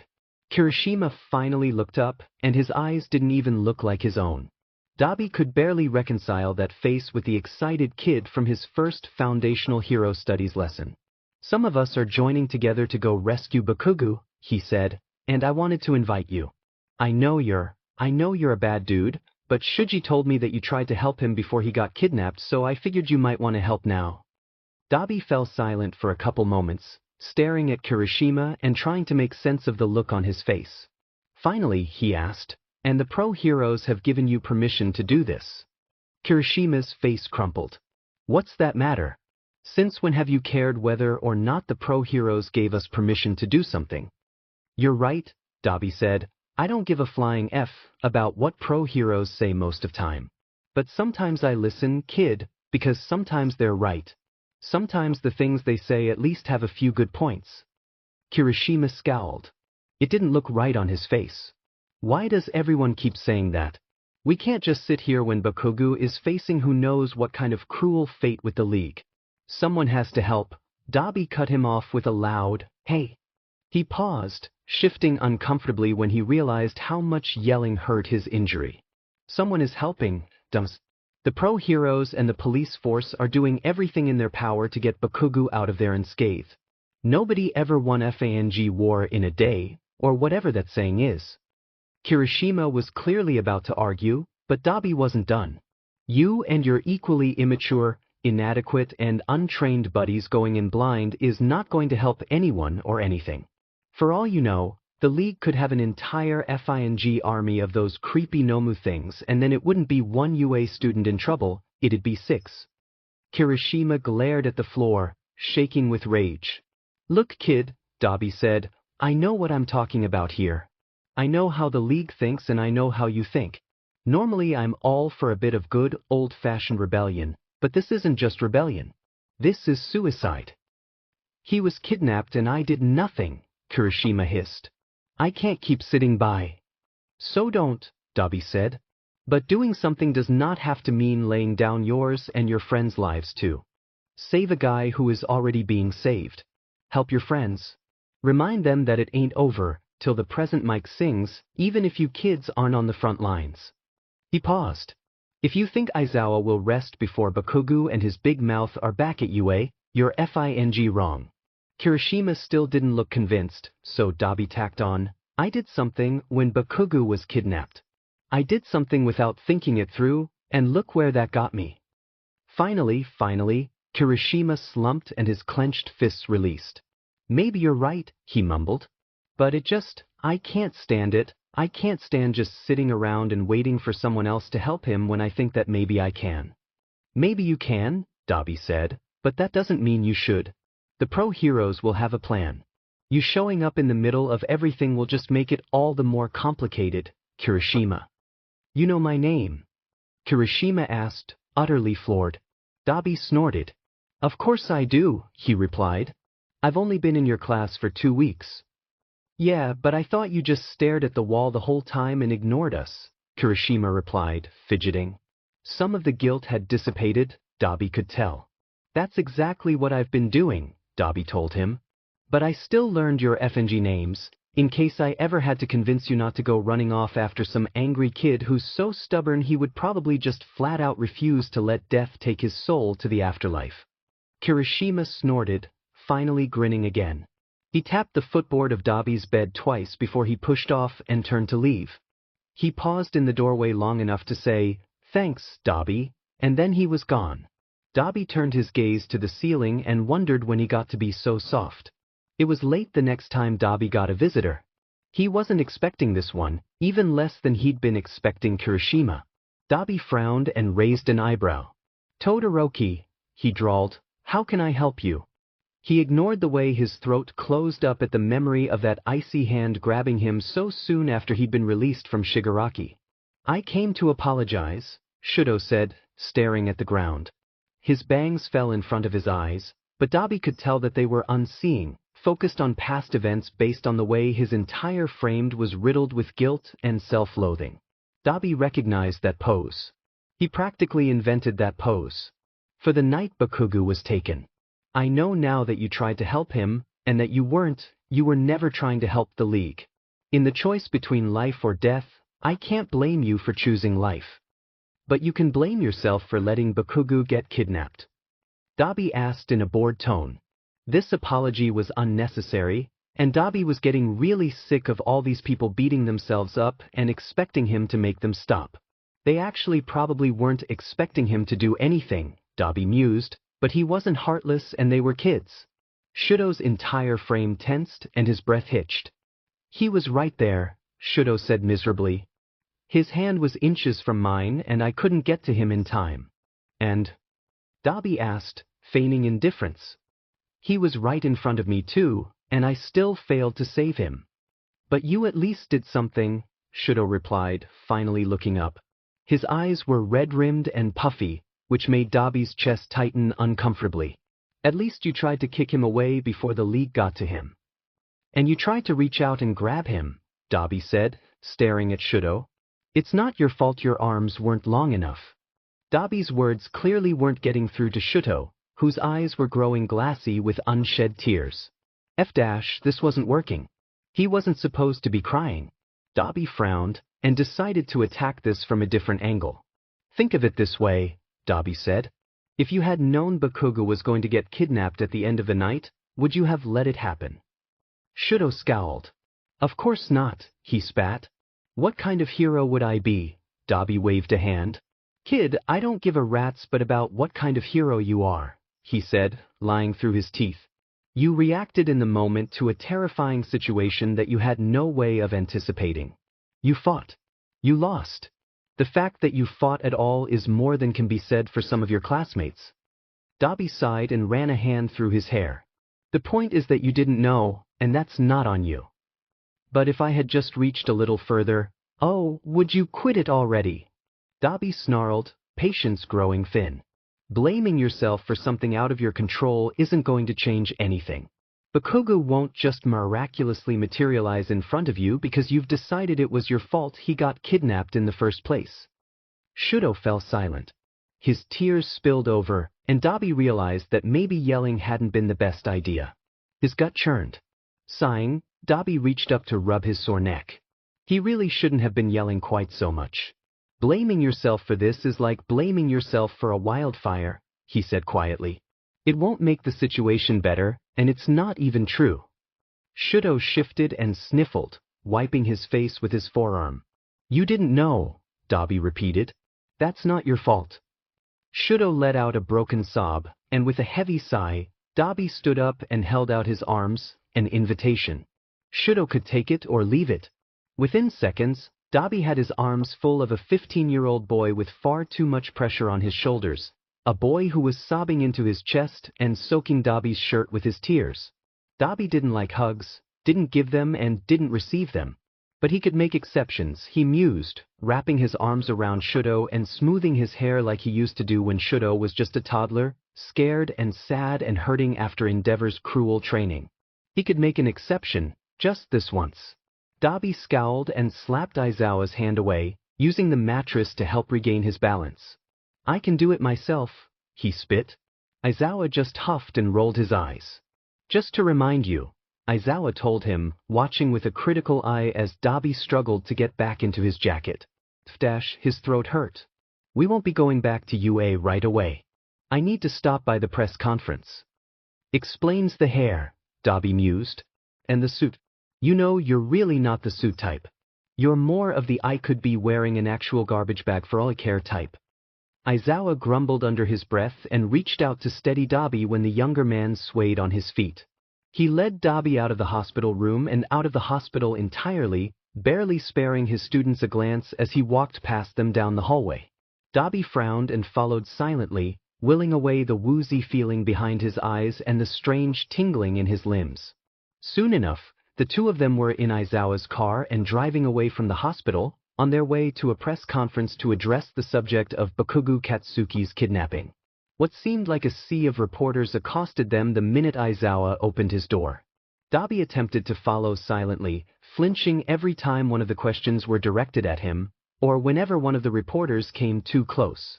The FING vultures, Aizawa muttered, slipping into the building.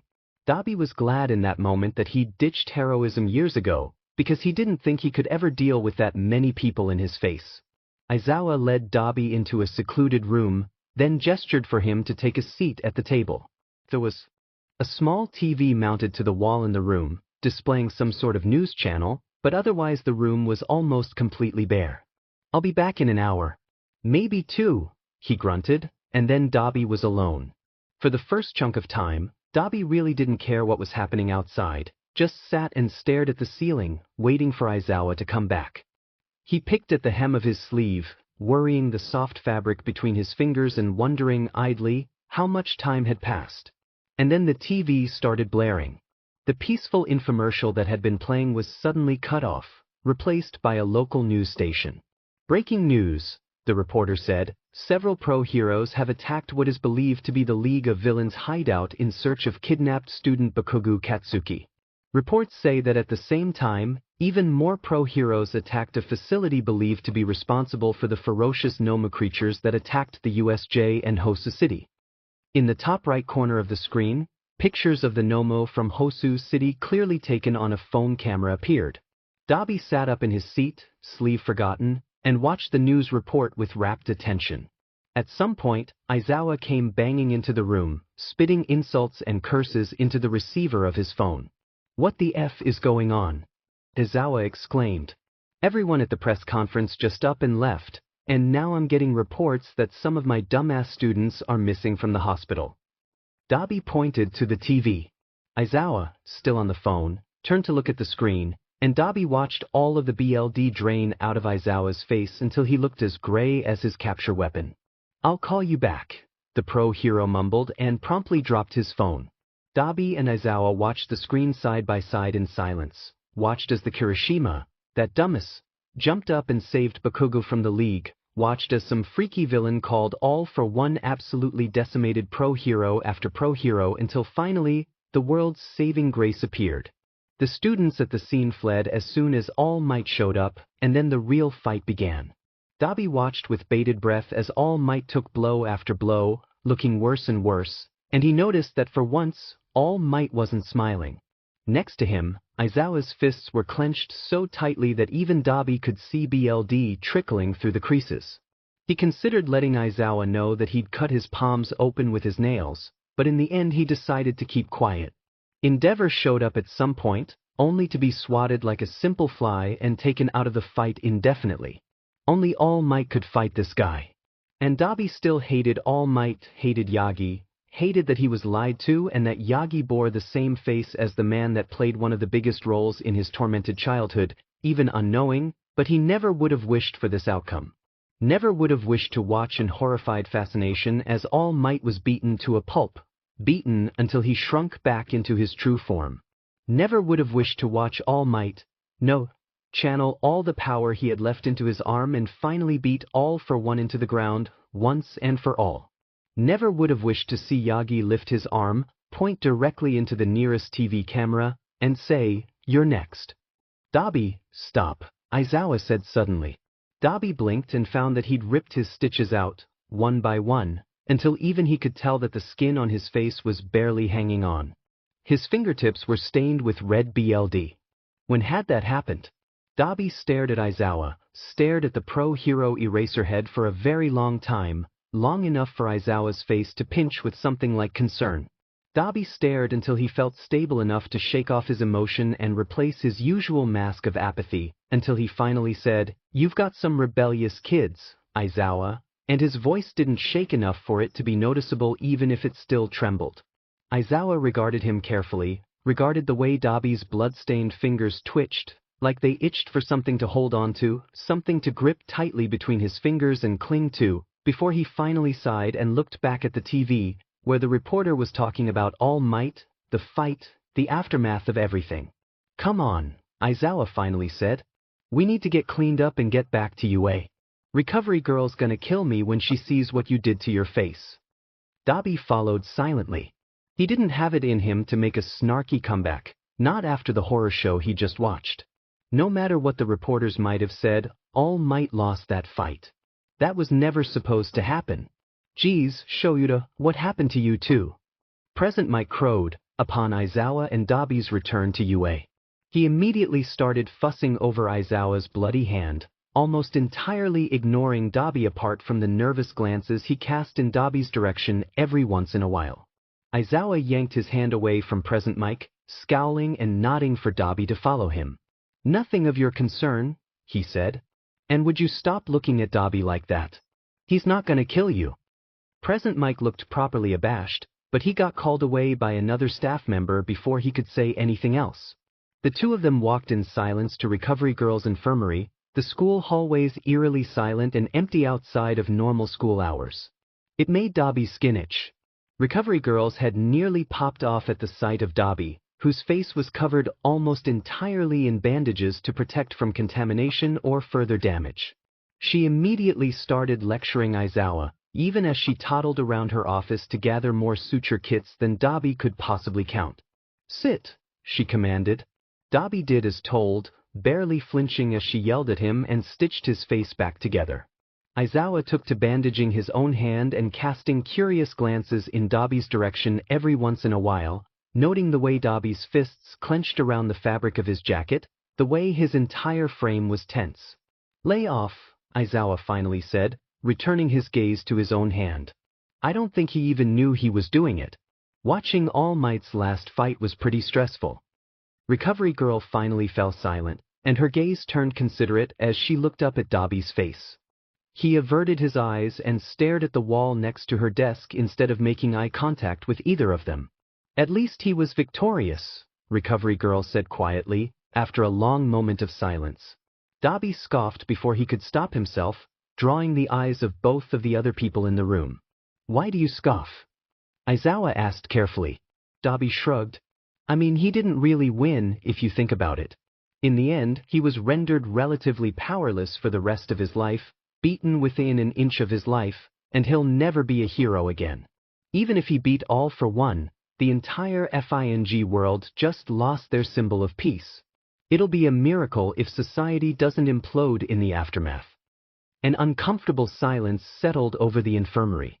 Dabi could tell that even if they didn't want to admit it, Recovery Girl and Aizawa knew that he was right. For as long as All Might had been on the hero scene, the entire world's society had rested on the shoulders of a so-called symbol of peace. The whole world couldn't rest on the shoulders of a man as frail as Yagi, and without a support beam, the whole structure was destined to crumble. It was all just a matter of time. Aizawa and Dabi returned to the hospital the next day, though this time it was to confront the 5 students that had snuck out the night before.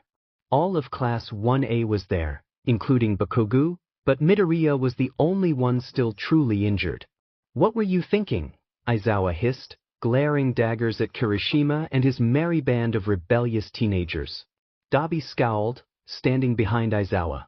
He noted, briefly, that he was a centimeter or 2 shorter than the pro-hero. How had he not noticed that before? Someone had to help. Kirishima protested, but he fell silent at the twin withering glares cast in his direction. Someone was helping, Dabi and Aizawa said in unison. Aizawa glanced behind him at Dabi, clearly surprised by the criminal's outburst. Dabi shrugged and continued, "I told you this the other day, kid. The pro heroes were handling it. God, you heroes are all the same. He muttered the last bit, but everyone in the room still heard him. Dabi wasn't sure who, but someone asked, "What's that supposed to mean?" "It means none of you make any effing sense," Dabi replied in a bored tone. He stifled a yawn and rolled his eyes at the group of heroes in training, all looking at him with slightly dubious expressions.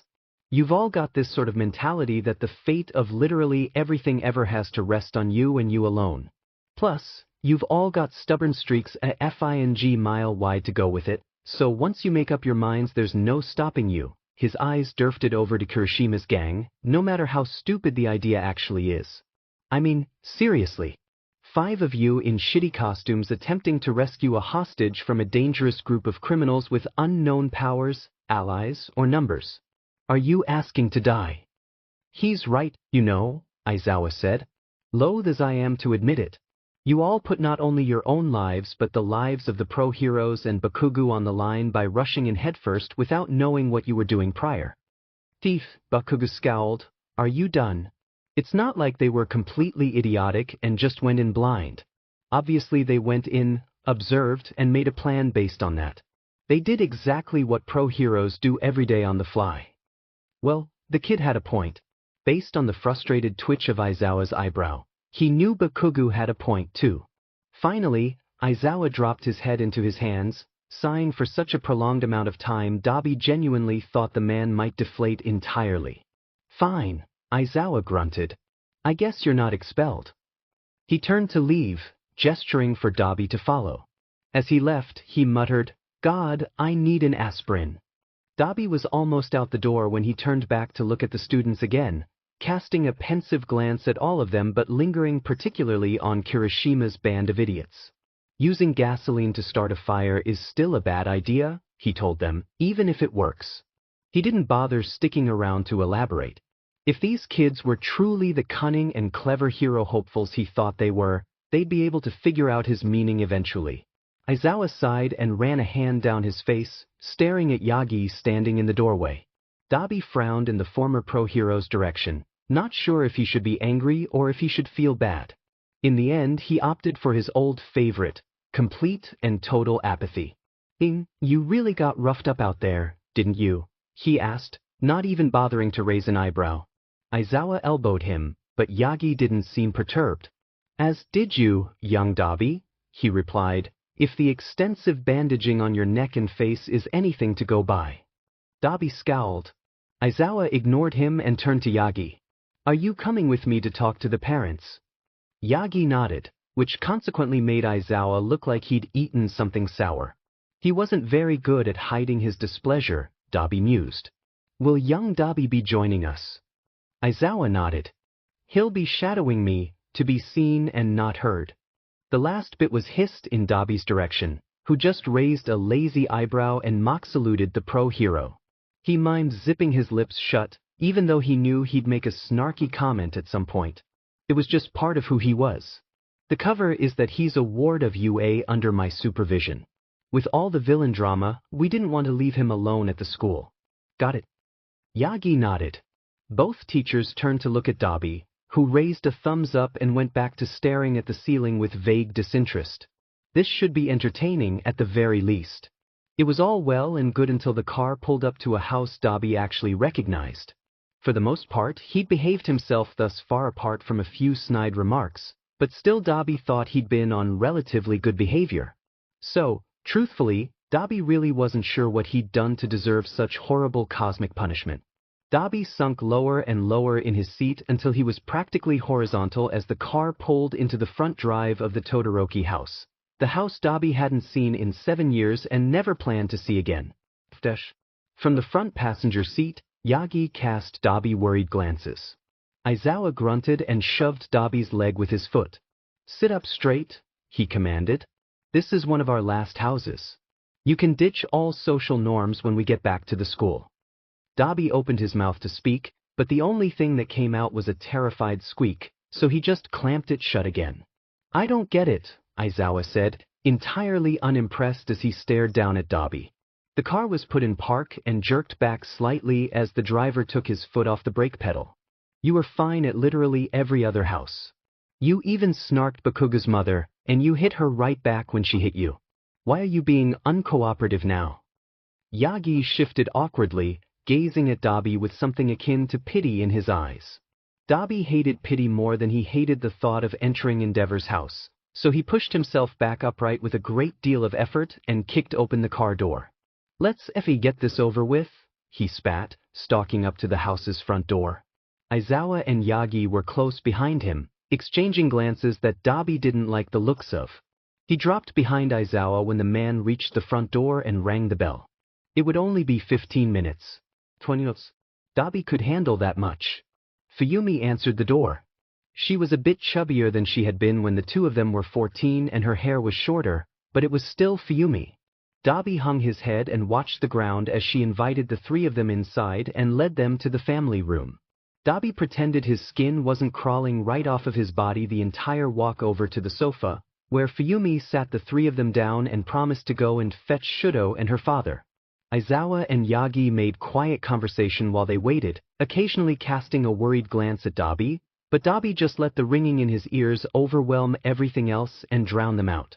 When the three Todoroki family members returned, Dabi felt a small pressure on his wrist and saw that Aizawa had subtly reached out to still him, because Dabi had inadvertently started picking at his stitches again. This would not end well. Eraserhead, Endeavor ground out. The sound of his voice made all of the BLD in Dabi's body turn to ice. Oh my, what do you want? God, Dabi had almost forgotten that Endeavor had apparently made a deal with the devil, exchanging kindness and all social graces for power he didn't deserve. Who's this? Fuyumi asked. Dabi's breath hitched, but he refused to look up from his lap.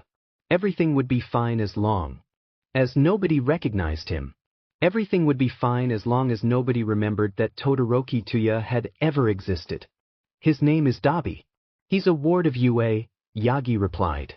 He's under Eraserhead's supervision, and with everything going on recently, we didn't want to leave him alone.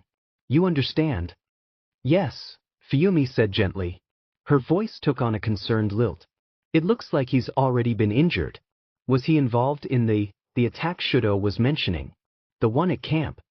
Yes, Aizawa said. One of the villains got to him, but he wasn't kidnapped like Bakugo.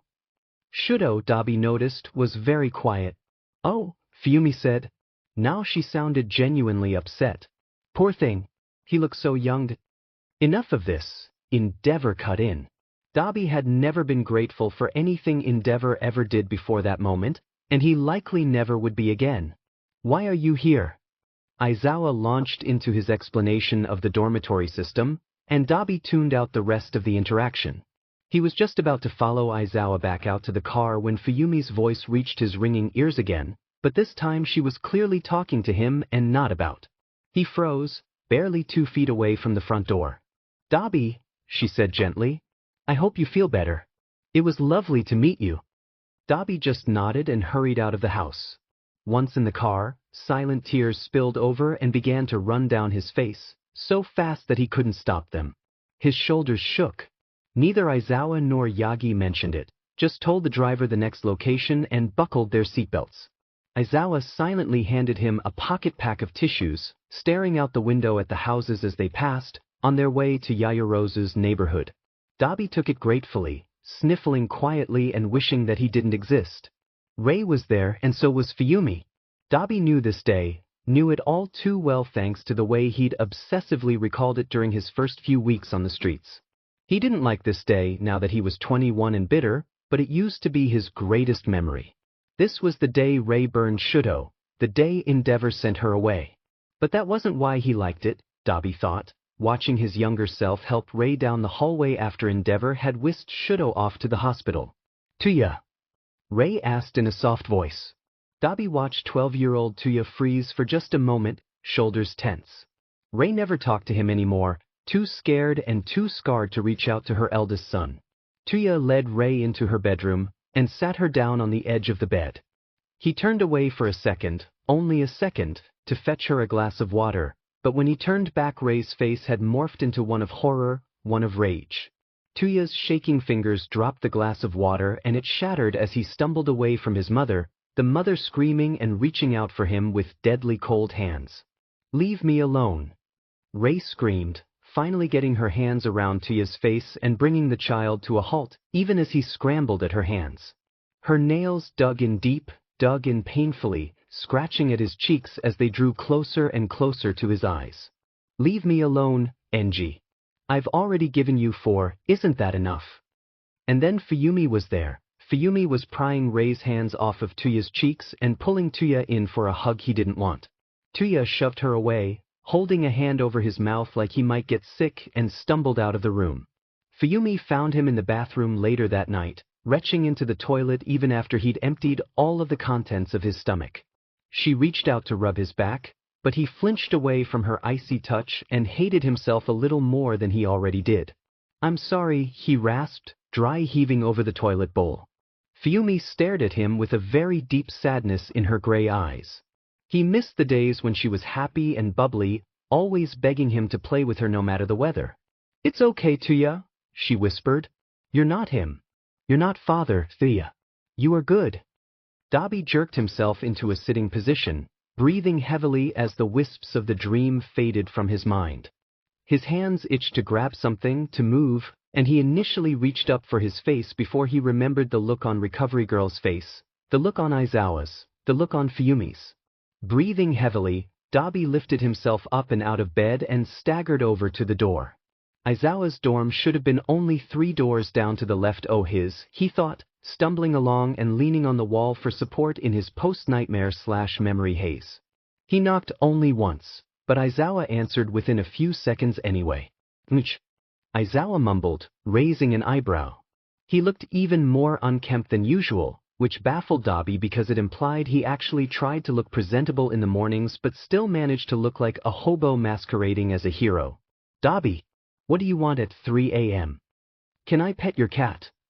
Dabi rasped, because he didn't trust himself to say literally anything else. Aizawa squinted at him, squinted at the way Dabi leaned on the wall for support and breathed heavily, the way his entire body seemed to tremble. After a few moments, Aizawa stepped back and made room for Dabi to enter the pro-hero's dorm room, shutting the door behind him. He flicked on the lamp near his bed and snapped his fingers a couple of times to get Kazuto's attention, picking up the animal and depositing him in Dabi's lap. Immediately, Dabi tangled his fingers in the cat's long fur and breathed deeply. The knot of tension in his chest loosened slightly. Aizawa trudged over to his desk, slumping down in the spinning chair and watching Dabi through half-lidded, tired eyes. What happened? He asked quietly. Dabi didn't know what to say as he leaned back against the wall near Aizawa's door, holding Kazuto close to his chest and burying his nose in the animal's fur. Kazuto mewed quietly and pressed his paw to the side of Dabi's face. His claws snagged Dabi's bandages and accidentally scratched one of Dabi's burns, but Dabi refused to move. I got an alert, Aizawa told him softly. From your cuffs. You tried to use your quirk. Dabi hadn't even noticed, but remembered that his quirk used to activate occasionally when he'd wake up from particularly unpleasant dreams. The two of them sat in silence for a while before Aizawa said, Dabi, you need to talk to me. After a beat of silence, Dabi lowered Kazuto so that his face was uncovered and muttered, When I was 12, my mother tried to gouge my eyes out. Aizawa stared. Dabi could tell he was stunned, even if he didn't show it. I had a nightmare, Dabi admitted quietly. About that. Something else is bothering you, Aizawa accused. You cried in the car, and you refused to look at any of the Todoroki family members when we were at their house. You've been quiet ever since. What's going on, Dabi? Dabi considered not answering, but in the end he was too tired to care if somebody finally knew part of his tragic backstory. Not all of it, never all of it, but at least some. I ran away from home when I was 14, he said. The comment hung in the air between the two of them, as Aizawa watched him carefully and Dabi watched his hand as it stroked Kazuto's back. I've been Dabi for a long time, but before, I used to have siblings. Sometimes it eats at me when I remember that I left them there. When I remember that I couldn't, no matter what I did, I could never protect them. Dabi, Aizawa said, when it was obvious Dabi wasn't going to continue. I need you to look at me because I need you to understand this, okay? Dabi looked up and was taken aback at how intensely Aizawa was staring at him. It was never your job to protect your siblings. You were a child, Dabi. Somebody should have been protecting you too. Dabi was mortified when he felt the familiar sting of hot tears behind his eyes, but he was helpless to stop it as he returned his gaze to Kazuto's orange fur. Nobody had ever said anything like that to him before, had ever implied that Dabi was meant to do anything other than take the blows for everybody else. You were a child. Somebody should have been protecting you too.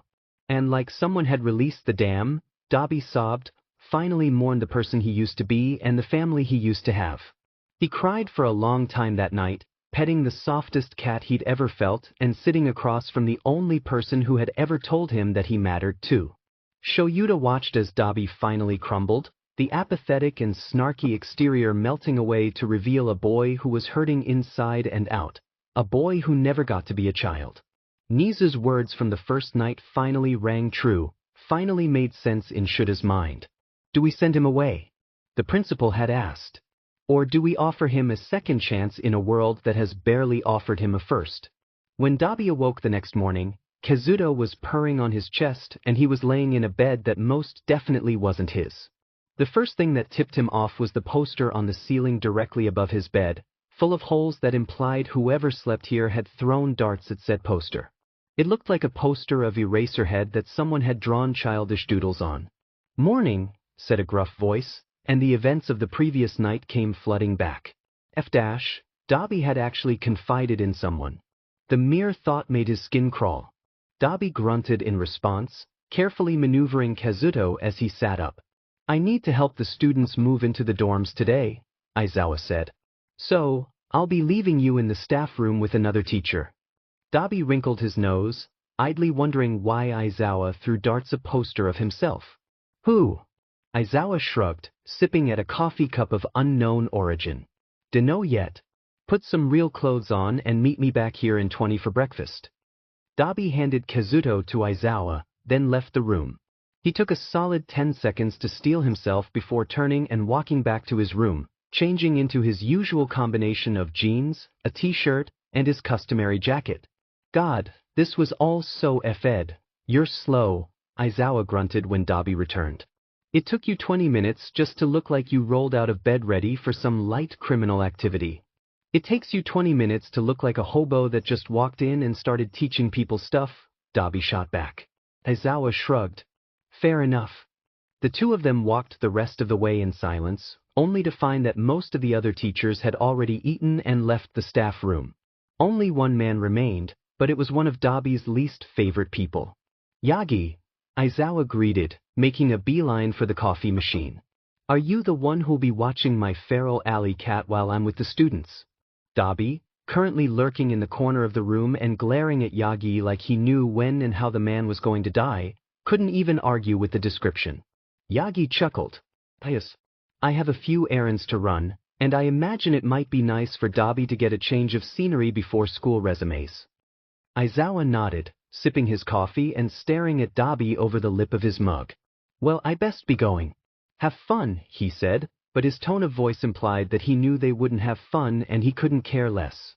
Dabi snarled. He really was like a feral stray. The first place Yagi brought him to was a convenience store. The trip from aisle to aisle was fairly boring, until somehow Yagi brought him to the greeting card aisle. Halfway down the aisle, the display turned into one of stuffed animals, so Dabi drifted over to those instead of watching Yagi sift through various ugly greeting cards.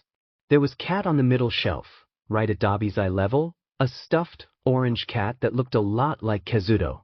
Dabi reached out to pet it, and stared in wonder at what was possibly the softest stuffed animal he'd ever felt in his life. Dabi had always been a sucker for soft things, even before he'd run away, so he had felt a lot of soft things in his time. None could hold a candle to this stuffed animal. "I didn't take you for a fan of stuffed animals," Yagi said softly. Dabi jerked, having not heard the man approach. He shoved the stuffed cat back onto the shelf and jammed his hands into his pockets, grumbling. "I'm not," he spat. Yagi stared at him as he started for the end of the aisle, a glint of something Dabi couldn't read in his eyes. After a few moments, Yagi joined him and announced that they were done in that particular store. Dabi didn't pay attention while Yagi checked out, just watched the other patrons come and go and wondered if he could steal that stuffed animal at some point. He'd have to escape Aizawa's eagle eye, which essentially told Dabi that no, he would never get the chance to steal the animal. A shame, Dabi mused, following Yagi back out to the car. The thing had been so soft. Yagi dropped his purchases at his apartment, then grabbed a bag and informed Dabi that the two of them were going to walk back to, even though it was FANG hot out and Dabi overheated easily. Dabi didn't bother complaining, just allowed Yagi to fall into step with him and glared out at nothing in particular. "I'm sorry," Yagi said after a few minutes of silence, startling Dabi enough that the younger man turned to look at the former pro hero. "The F dash.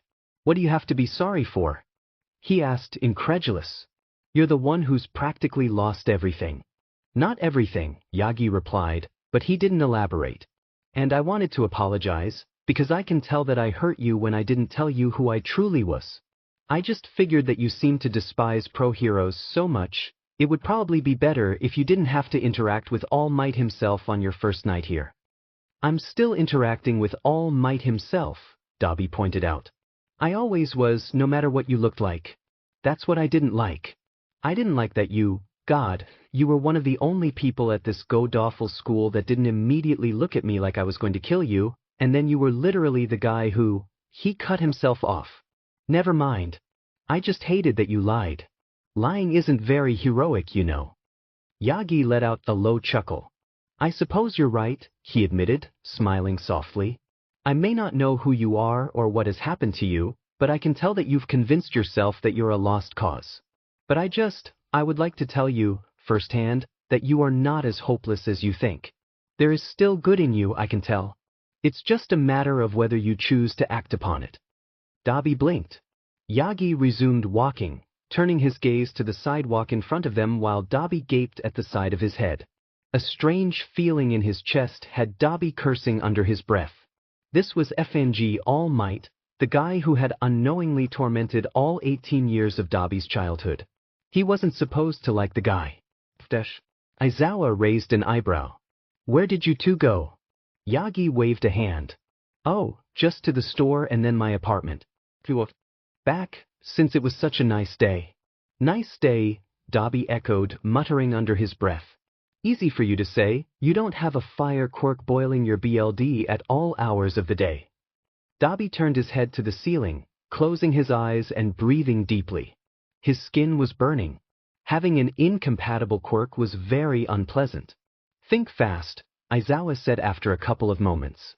Dabi opened his eyes to see an ice pack being launched at him from across the room, where Aizawa stood next to the small freezer in the staff room. He caught it swiftly, then shot a questioning look at Aizawa. "What? You're overheated. That's literally a block of ice. Do the math."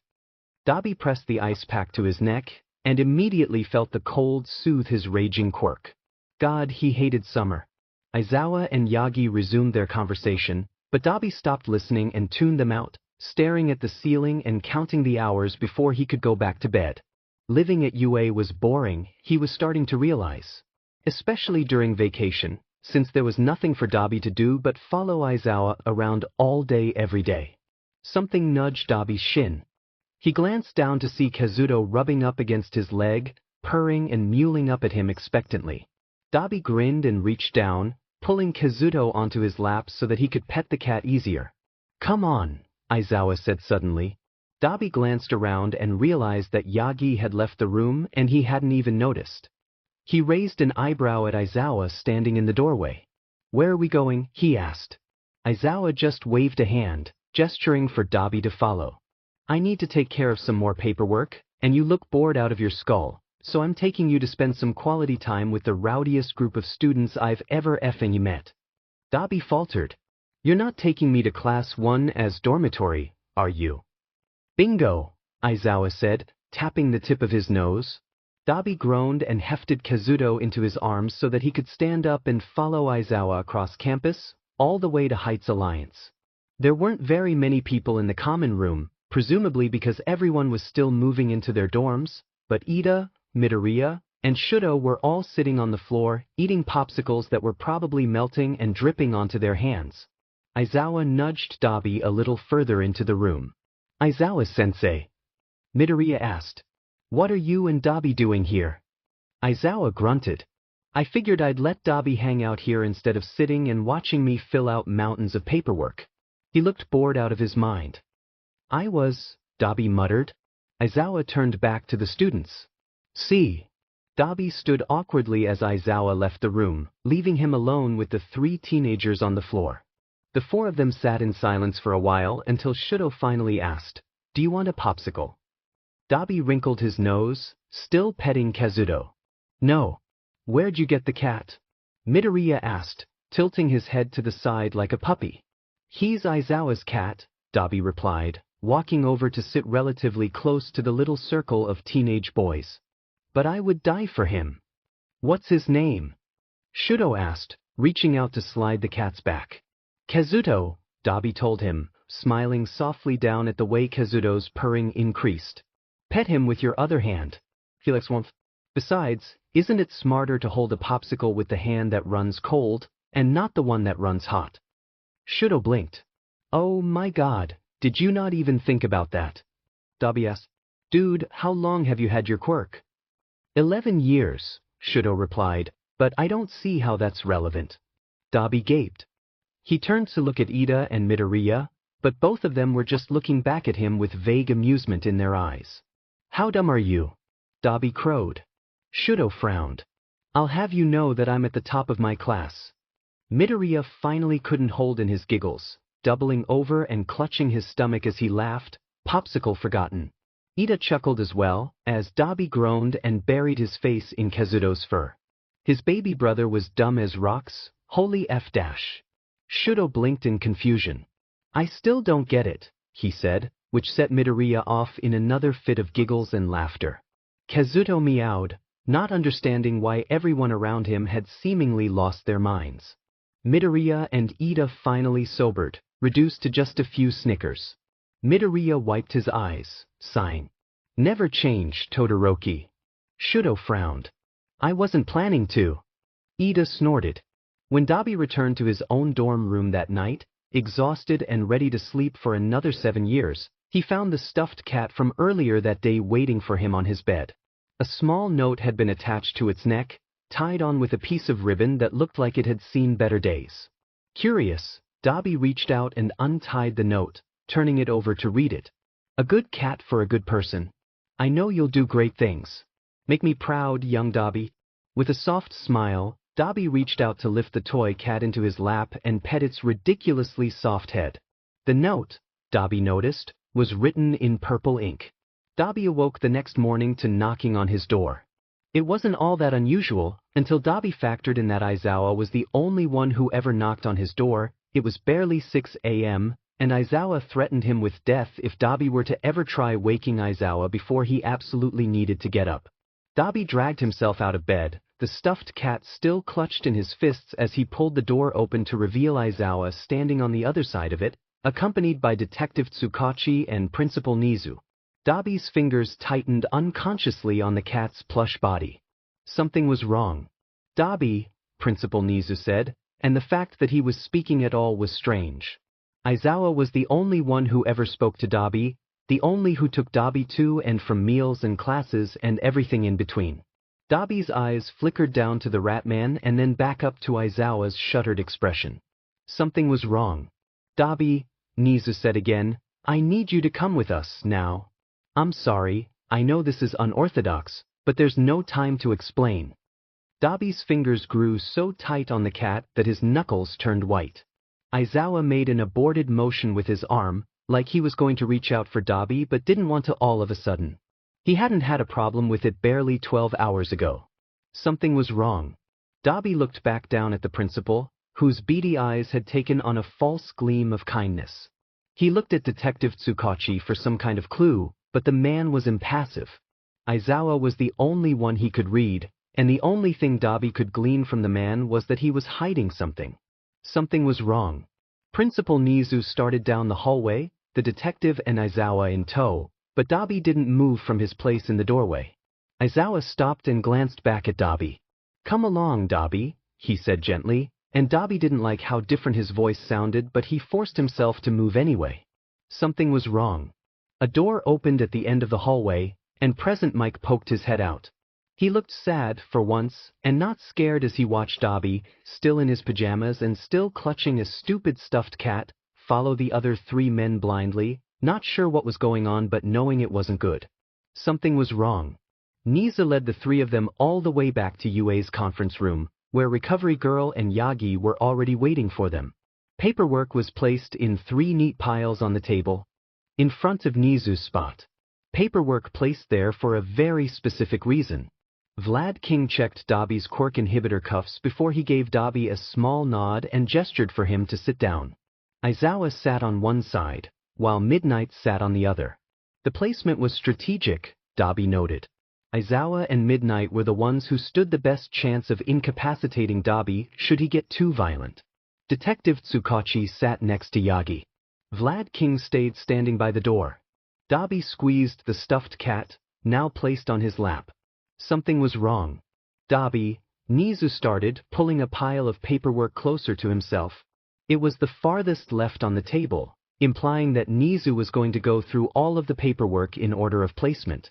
I would like to apologize once more for calling you here so out of the blue, but a few things have come to light that couldn't wait. Something was wrong.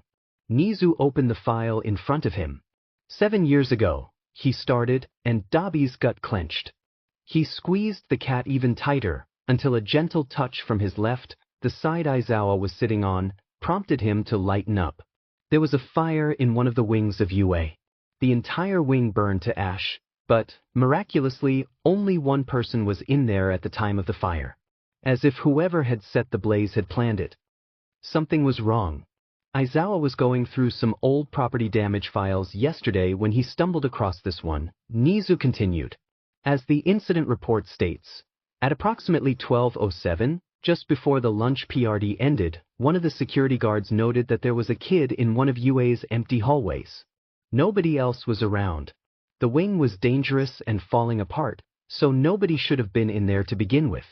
The security guard called for his manager at the time, but by the time the manager got there, the entire hallway was already on fire, obscuring the kid from view. Nizu looked up.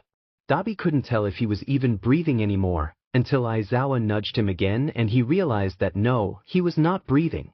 He turned to look at Aizawa, whose face pinched into a frown when he noticed the abject horror on Dabi's face. Something was wrong. Breathe, Aizawa commanded. He exaggerated his own breathing, a technique Dabi recognized and attempted to copy. He pressed the stuffed cat to his face, let the soft plush soothe him more than any human contact ever could, and nodded once at Aizawa to express his gratitude. Something was wrong. Niza didn't start reading again until Dabi had turned to face forward again. But before the fire obscured the hallway from view, the lower security guard swore that he saw the kid look directly into the security camera before lighting himself on fire. Swore that the kid didn't even scream as he burned himself alive. He closed the file. Of course, that's all an eyewitness report. The fact is that 7 years ago, in one of UA's abandoned hallways, an uncontrollable fire was set and burned an entire wing to ash. Something was wrong. Nizu slid the file back into place, crossing his paws over one another on the table.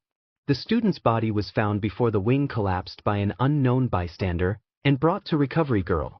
She, of course, brought the boy to a hospital because there was nothing she could do for him when he was in such a state.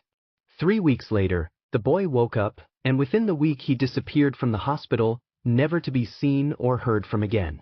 He was pronounced dead in absentia 2 weeks later. Something was wrong. Nizu pulled the second pile of paperwork closer to himself and opened the file on top. The fate of that student is considered to be one UA's greatest failures. It still weighs on me when I think about that boy and what I could have done to help him. Aizawa and Midnight were new, in their first year of teaching when it happened, and it was before Yagi's time here, but Recovery Girl and I remember that day quite clearly. Nizu frowned and looked down at the file. The boy was in the hero course, in the middle of his first semester when it happened. Prior to the fire, he excelled in all areas except for usage of his quirk. He was a commendable student, had unchallenged combat ability, and his instinct was unlike any other. There was nothing that might indicate he'd do something such as this. Something was wrong. Something's wrong, Dabi mumbled, flexing his fingers in and out of tight fists. Aizawa frowned. What? Something's wrong, Dabi repeated. Something's wrong, something's wrong, something's wrong, something's wrong. He was sobbing by the time he got to the last one, sobbing and clawing at the stitches on his face. Aizawa's wrists clamped around his own, prying his hands away from his face, and Dabi realized that somehow Aizawa was kneeling in front of him. Had someone moved his chair? Hey, Aizawa said. Stop scratching. You're okay. Breathe. Nothing's wrong. Dabi shook his head miserably and hiccuped. Nothing's wrong, Aizawa said again. Nothing's wrong. You're okay. Nothing's wrong. You're okay. Nothing's wrong. Dabi's face burned with mortification when he finally calmed down and realized what was going on. All of the pro-heroes in the room, along with Detective Tsukachi, had just watched him have a full-on panic attack. Not his finest moment.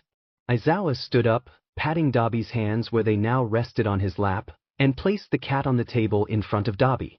He must have dropped it at some point, but he couldn't remember when. He whispered a quiet warning before he rotated Dabi's chair again, then sat back down in his own. He nodded curtly in Nizu's direction, who nodded back gratefully. Nizu pulled out the third set of files, the last one on the table. When you were incarcerated, he began, they had to run your prints through the system. A match came up, but the other set of prints was surrounded by so much metaphorical red tape, the officers involved nearly lost their jobs just for finding the match. He glanced once at Detective Tsukachi, who nodded. However, when you were in the hospital, they had to do a BLD transfusion, which involved a BLD test. That, along with the print scan, was too much evidence to deny. We found a match for both DNA and your fingerprints, even though it took many of us by surprise. Detective Tsukachi was only just able to finally clear the matched prints of the red tape, coincidentally at the same time Aizawa found these old files. Dabi knew what was coming, as he held one of the stuffed cat's paws in his hand. He ran his thumb over the cat's soft plush, wishing he were anywhere else. It wasn't that he didn't see this coming eventually. It was just that he wished it didn't. Your prints, your DNA, everything matches the name on these files, Dabi, Nizu told him. Or should I say Todoroki to ya? Something was wrong. You shouldn't, Dabi whispered. All eyes in the room flicked over to him. What was that? Yagi asked. You shouldn't, Dabi repeated. Don't call me that. Don't call me Todoroki. Don't call me Tuya. I'm not Tuya. Not anymore. He burned to ash when I burned down an entire wing of Yua. Todoroki Tuya is dead, and not just in absentia. Right? Nizu replied smoothly, taking the statement at face value. The rat man seemed very good at doing things like that. Well, Dabi, you understand that we can't sweep all of this under the rug. For starters, you burned an entire wing of UA to the ground. Even if we were eventually going to demolish that, it's still vandalism and arson. And not to mention your family. They haven't seen you in 7 years. We can't very well keep all of this a secret. You understand? No, I don't, Dabi spat. I burned the forest at the training camp and never got in trouble. You're going to send me to jail for burning down a wing of UA 7 years ago. That's different, Nizu said, voice as calm as ever. You were forced to burn the forest. Nobody forced you to burn down the school. I had a psychotic break. Dabi screamed, standing up. He could feel a few of his stitches pulling loose and snapping. I was 14 years old, having a psychotic break and mental breakdown in the middle of the lunch PRD. It's not my fault that after 14 years of sharing the same face as my abusive father I finally snapped. You would too, you stupid rat. Dabi, Aizawa said, and Dabi realized the pro-hero had one hand on his elbow, the other on his back, holding him in place but at the same time comforting him. Aizawa's dark eyes snapped over to Nizu. We're not punishing him for burning the wing we were already going to destroy. As for his family, well, I think we can get to that later. For now, we're done here. Recovery girl, if you would. Of course, Recovery girl, removing herself from her chair and leading the way to the infirmary. Aizawa, still with his hand on Dabi's back, gently guided Dabi out the door after snagging the stuffed cat off of the table. The sound of the conference room door shutting echoed within Dabi's head even as they made it to the infirmary halfway across the school. Aizawa helped Dabi over to one of the cots, setting the toy cat within reach before finally taking a step back. Recovery Girl wheeled herself over, bringing with her a couple of suture kits and a roll of bandages. "Are you going to be okay if I step out for a minute?" Aizawa asked suddenly. Dabi's eyes flicked over to him, but he didn't move. "I'm going to go get Kazuto." Dabi said nothing. Aizawa hesitated, before he turned on his heel and started for the door. Without thinking, Dabi raised his hand and reached out, snagging Aizawa by the back of his hero costume. His grip was light, but strong enough to bring Aizawa to a screeching halt. "Don't go," Dabi whispered. "Please." He hated himself more than anything for how vulnerable he sounded, but he couldn't stand the thought of being anywhere without Aizawa at the moment. The man was the only one who ever seemed to care how Dabi felt about things, and Dabi's entire FANG worldview had just come crashing down around him. He figured it was understandable. Aizawa hesitated, biting his lip, before he nodded once and sat down on the edge of the bed next to the one Dabi was on. He pulled out his phone and typed a brief message before slipping it back into his pocket and frowning down at the floor. Recovery Girl hummed as she finished her suture job, moving on to the bandaging. After a few minutes, the infirmary door slid open to reveal a very scratched-up Present Mic, holding a severely displeased Kazuto. "Show Yuta, why?" Present Mic depositing the cat in Aizawa's lap. "Thank you," Aizawa said in a low voice.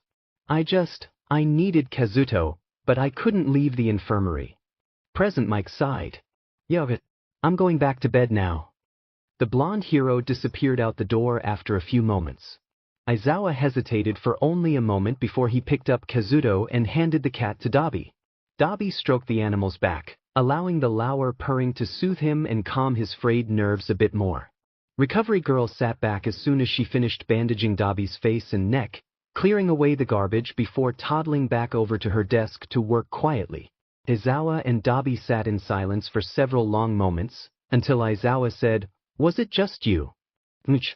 "Endeavor," Aizawa clarified.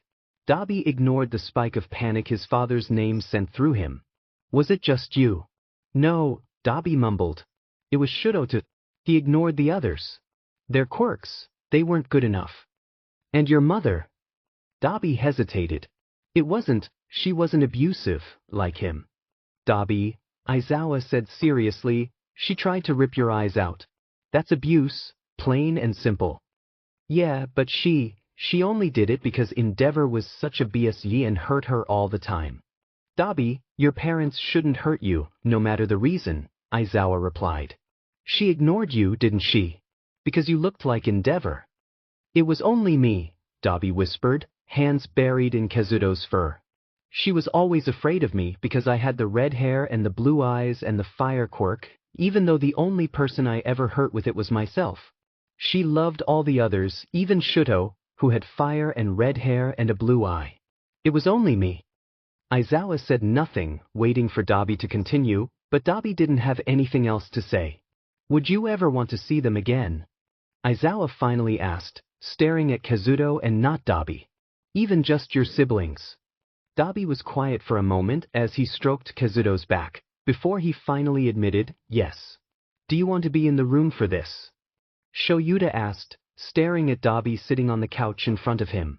The two of them were alone in the staff room, but the Todoroki family was supposed to be meeting with Shoyuta and possibly Dabi in the conference room in 20 minutes. Dabi squeezed the stuffed cat he'd grown attached to, staring at the floor. "Do I have a choice?" he asked bitterly. Shoyuta frowned. "Of course you do," he replied. "Your life is always your choice." Dabi said nothing. Shoyuta sighed and ran a hand through his hair, crouching down so that he'd be able to meet Dabi's eyes. "I know we've been leading you around like a dog on a leash since you got here, but at the end of the day, you come first. Whatever you want to do is fine with me." Dabi hesitated. Shoyuta could tell he'd made a decision, but he could also tell the kid didn't want to say anything. "Dabi, do you want to be in the room when I meet with your family?" he asked again. He waited a beat before adding, "You can say no, if that's what you want." Dabi squeezed the cat so hard his knuckles turned white. "I would rather just stay here," he said quietly. "I'm not ready to face them yet." "That's okay," Shoyuta told him, standing and wincing when he heard his knees crack. Dabi snickered. "Old man," he teased. Shoyuta rolled his eyes and cracked his neck, glancing at the clock. "I gotta go," he said. "Do you want me to send someone in here to spend the time with you, or would you rather be alone?" Dabi shrugged. Shoyuta nodded, slipping his hand into his pocket for his phone. He sent off a quick message and started for the door.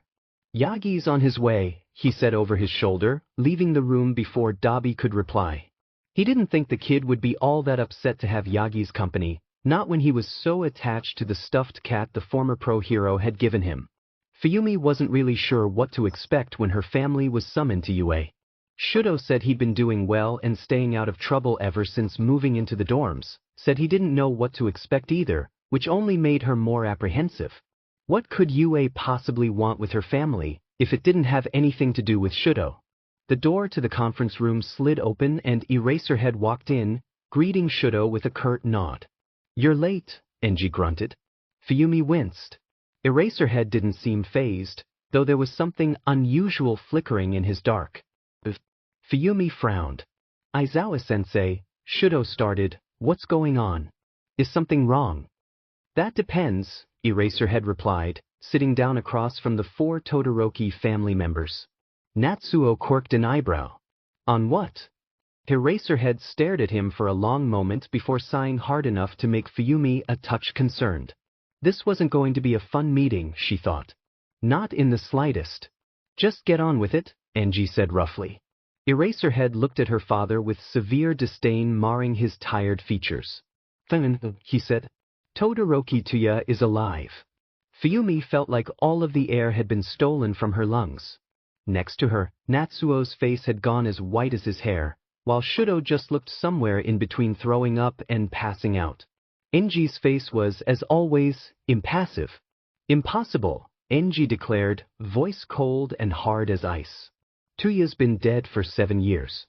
"No, he hasn't," Eraserhead replied. "He sustained life-threatening injuries and disappeared from the hospital," Enji protested. "Nobody as weak as Tuya could have survived all of that." Eraserhead stared at Enji for a very long time, until finally he said, "Get out." Enji blinked, then narrowed his eyes. "What did you just say to me?" "I told you to get out," Eraserhead repeated, "before I do something decidedly unheroic." Enji and Eraserhead stared at each other, but Eraserhead was unrelenting.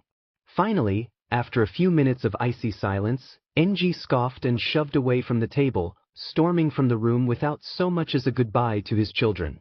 Eraserhead sighed and pinched the bridge of his nose, muttering something that sounded like "I don't get paid enough for this." What did you mean?"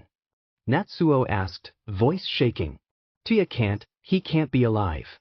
"I don't know how because I didn't bother to ask," Eraserhead replied, voice carefully blank. "But he survived. He goes by Dabi now. Your brother is alive."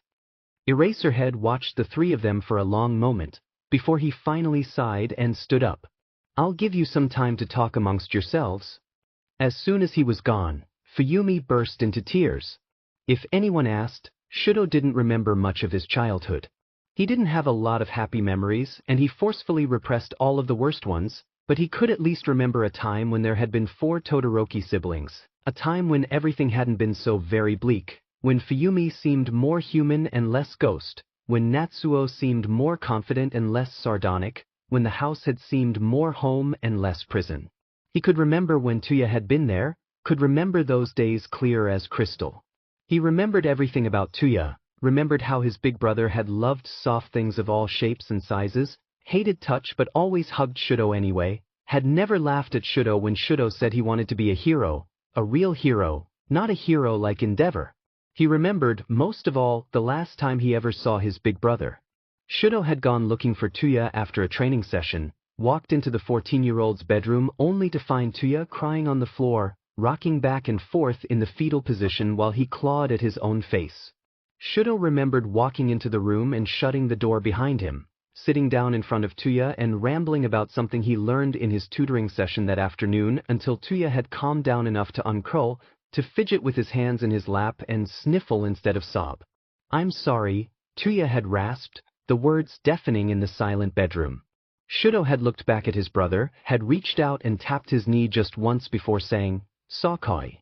Everybody gets sad sometimes." The two of them had fallen silent again after that, until Shudo stood up and retrieved the stuffed rabbit Tuya loved more than anything.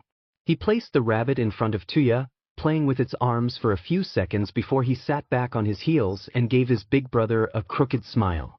"Don't be sad for too long, okay, Tuya?" Shudo said, as Tuya reached out to pull the stuffed rabbit into his lap and fidget with its ears. Tuya nodded and smiled, but it looked thin and shaky and false. He still seemed sad behind the mask he always wore. "I can't be sad when you're around, Shudo," he said. "You make me too happy, Eskur." Shudo grinned proudly in response, puffing out his chest. "Good," he cheered. "It's a hero's job to make people happy." Tuya's smile finally looked real as he brushed his tears away. "You're my hero," he said earnestly. "The best hero there ever was." The next day, Tuya went to school and set himself on fire. Shudo blinked himself out of the memory when he realized Natsuo was snapping his fingers in front of his face. "Welcome back," Natsuo said dryly. Shudo glanced around. Fuyumi had stopped crying, but she was still sniffling. Shudo reached up to feel that his own cheeks were streaked with tears. When had he started crying? "So," Fuyumi said, "Dabi is Tuya." Natsuo nodded.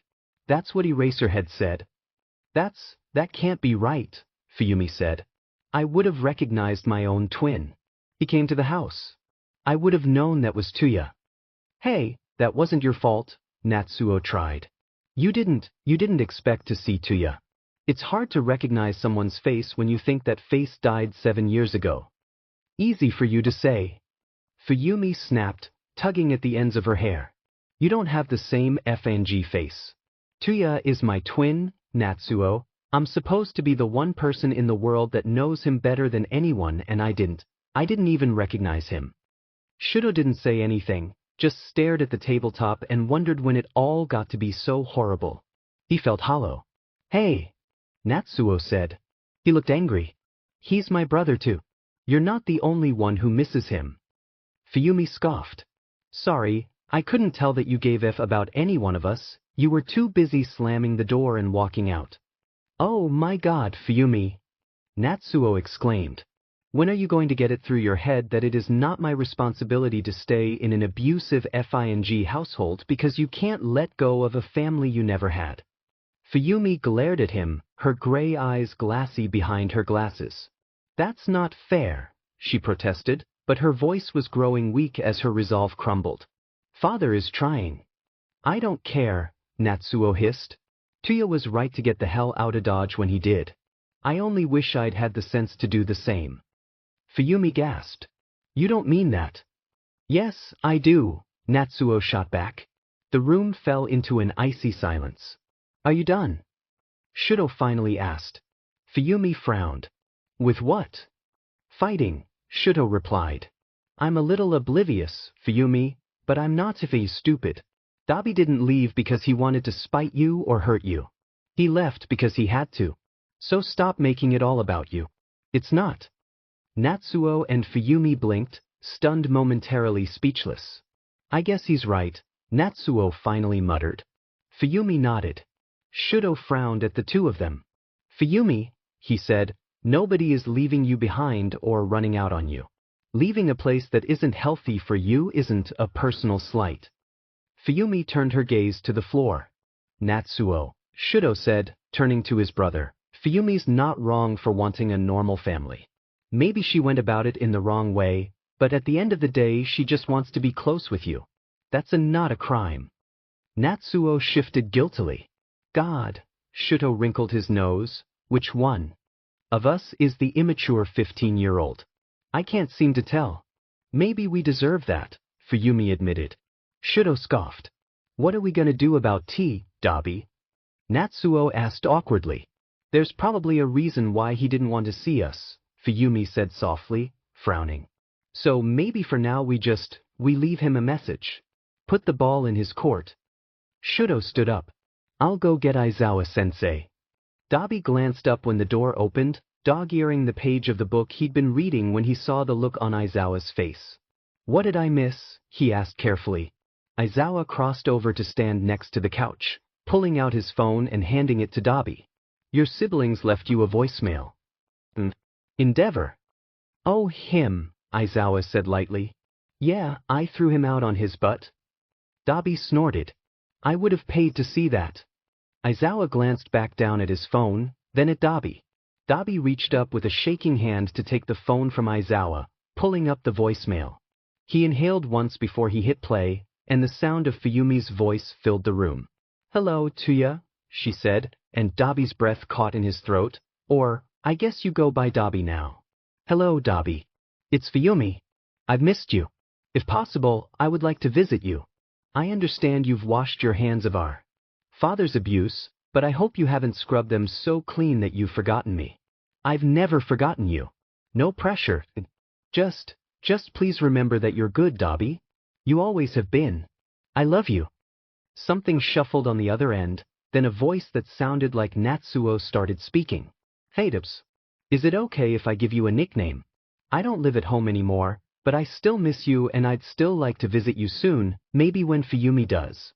You were the best big bro, Dabi. I miss you. Call us back soon. We've got 7 years to catch up on. The phone shuffled one last time, and this time it was Shudo that spoke. I'm sorry, he started with, and Dabi's entire heart broke. I'm sorry that I saw how sad you were and I couldn't help. I'm sorry that you got hurt, Dabi. You always said that I was your hero, but I don't think I ever got to tell you that you were mine. You are the thing that keeps me going even now, the thought that makes me reach higher, go further, be better. I want to be the best hero. Because if I had been the best hero, like you always said I was, I could have saved you. The voicemail ended, leaving the two of them in silence. Dabi stared at the phone and realized, idly, that he was crying. I want to see them, he whispered. I want to see them as soon as possible. Aizawa stared at him, and Dabi could have sworn he saw a flicker of a smile on the man's face. Okay. Come on, Aizawa said, nudging Dabi with his foot. At the current moment, Dabi was laying on his side on the ground, staring at a sleeping Kazuto and pretending he didn't exist. They'll be here in 15 minutes. I changed my mind, Dabi replied, reaching out to smooth the fur on Kazuto's nose. The cat wrinkled its nose but didn't wake. Too bad, Aizawa grunted, leaning down to pull Dabi to his feet by his armpits. Idly, Dabi scratched at the bandages on his face until Aizawa smacked his hand away with a stern look. Come on. You'll be meeting in the conference room. Dabi hesitated, hands stuffed in his pockets. Will you be in the room? Aizawa shook his head. He grabbed one of Dabi's wrists to tug it out of his pocket and then forced the stuffed cat into his hand.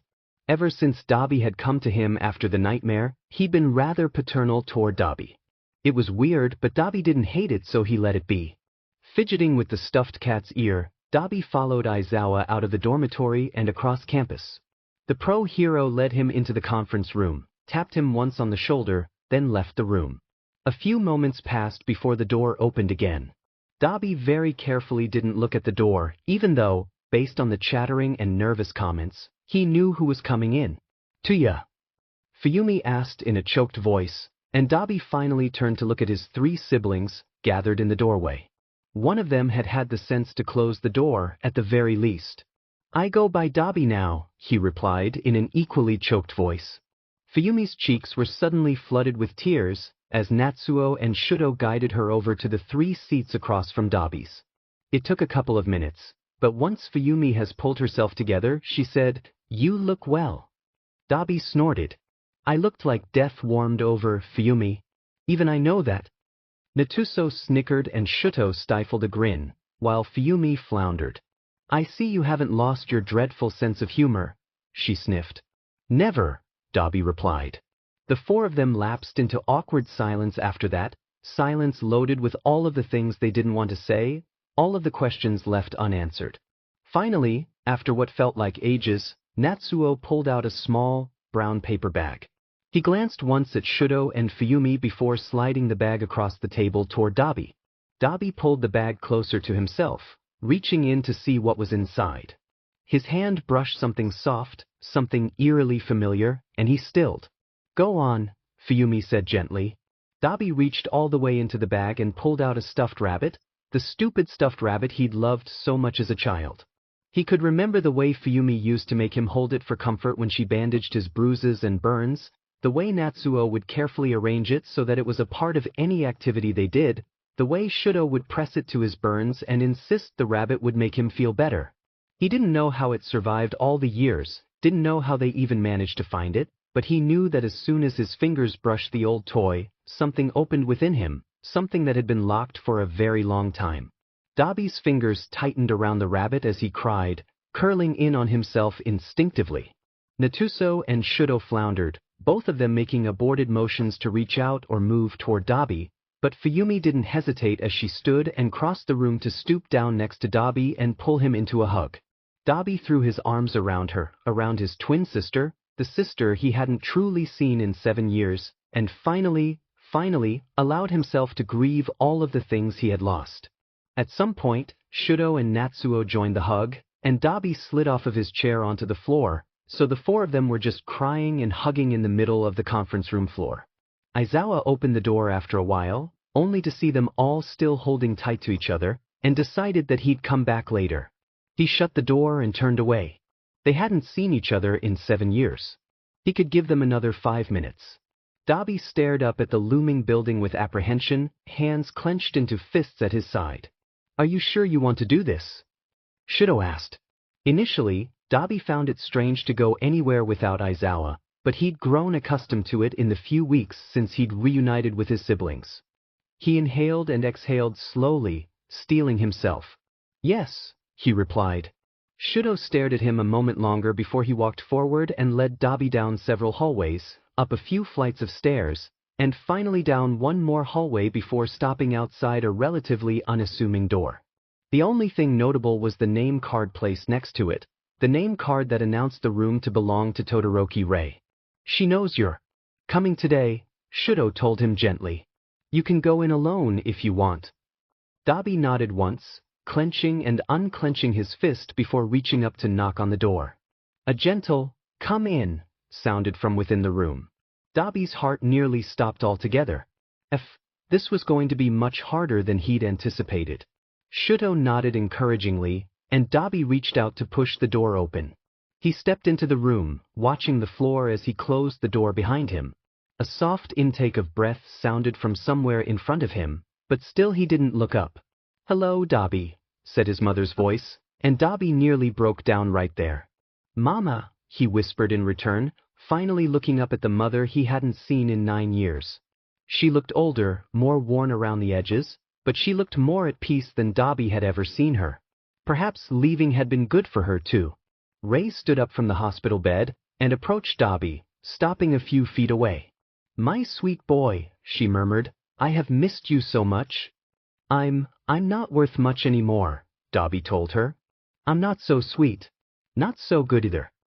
"Oh, Dabi," she chided, brushing her hair out of her eyes, "you have always been so gentle and kind, so good. I'm sorry I couldn't see that." Dabi couldn't hold back his tears then, crying silently. "You have always been so good. Can I touch you?" Rei asked. Dabi nodded, and she reached up with her gentle hands to cup his face, to brush away his tears, to pull him into a soft hug for the first time in nearly 20 years. "The world has not been kind to you, has it?" Rei asked after a couple of moments. Dabi didn't trust himself to speak, so he just shook his head as Rei reached up to slide his hair. She shushed him, whispering, "It's okay. I'll protect you now, the way I should have when you were young. I love you, Dabi. I always have." And there it was. Everything Dabi had ever wanted to hear, 20 years too late and somehow right on time. Rei smiled at the sight of her 4 wonderful children entering the garden. She'd only recently been allowed to go outside for visits, something that her children took advantage of immediately. Natsuo shoved Shudo in response to something her youngest had said, while Fuyumi rolled her eyes.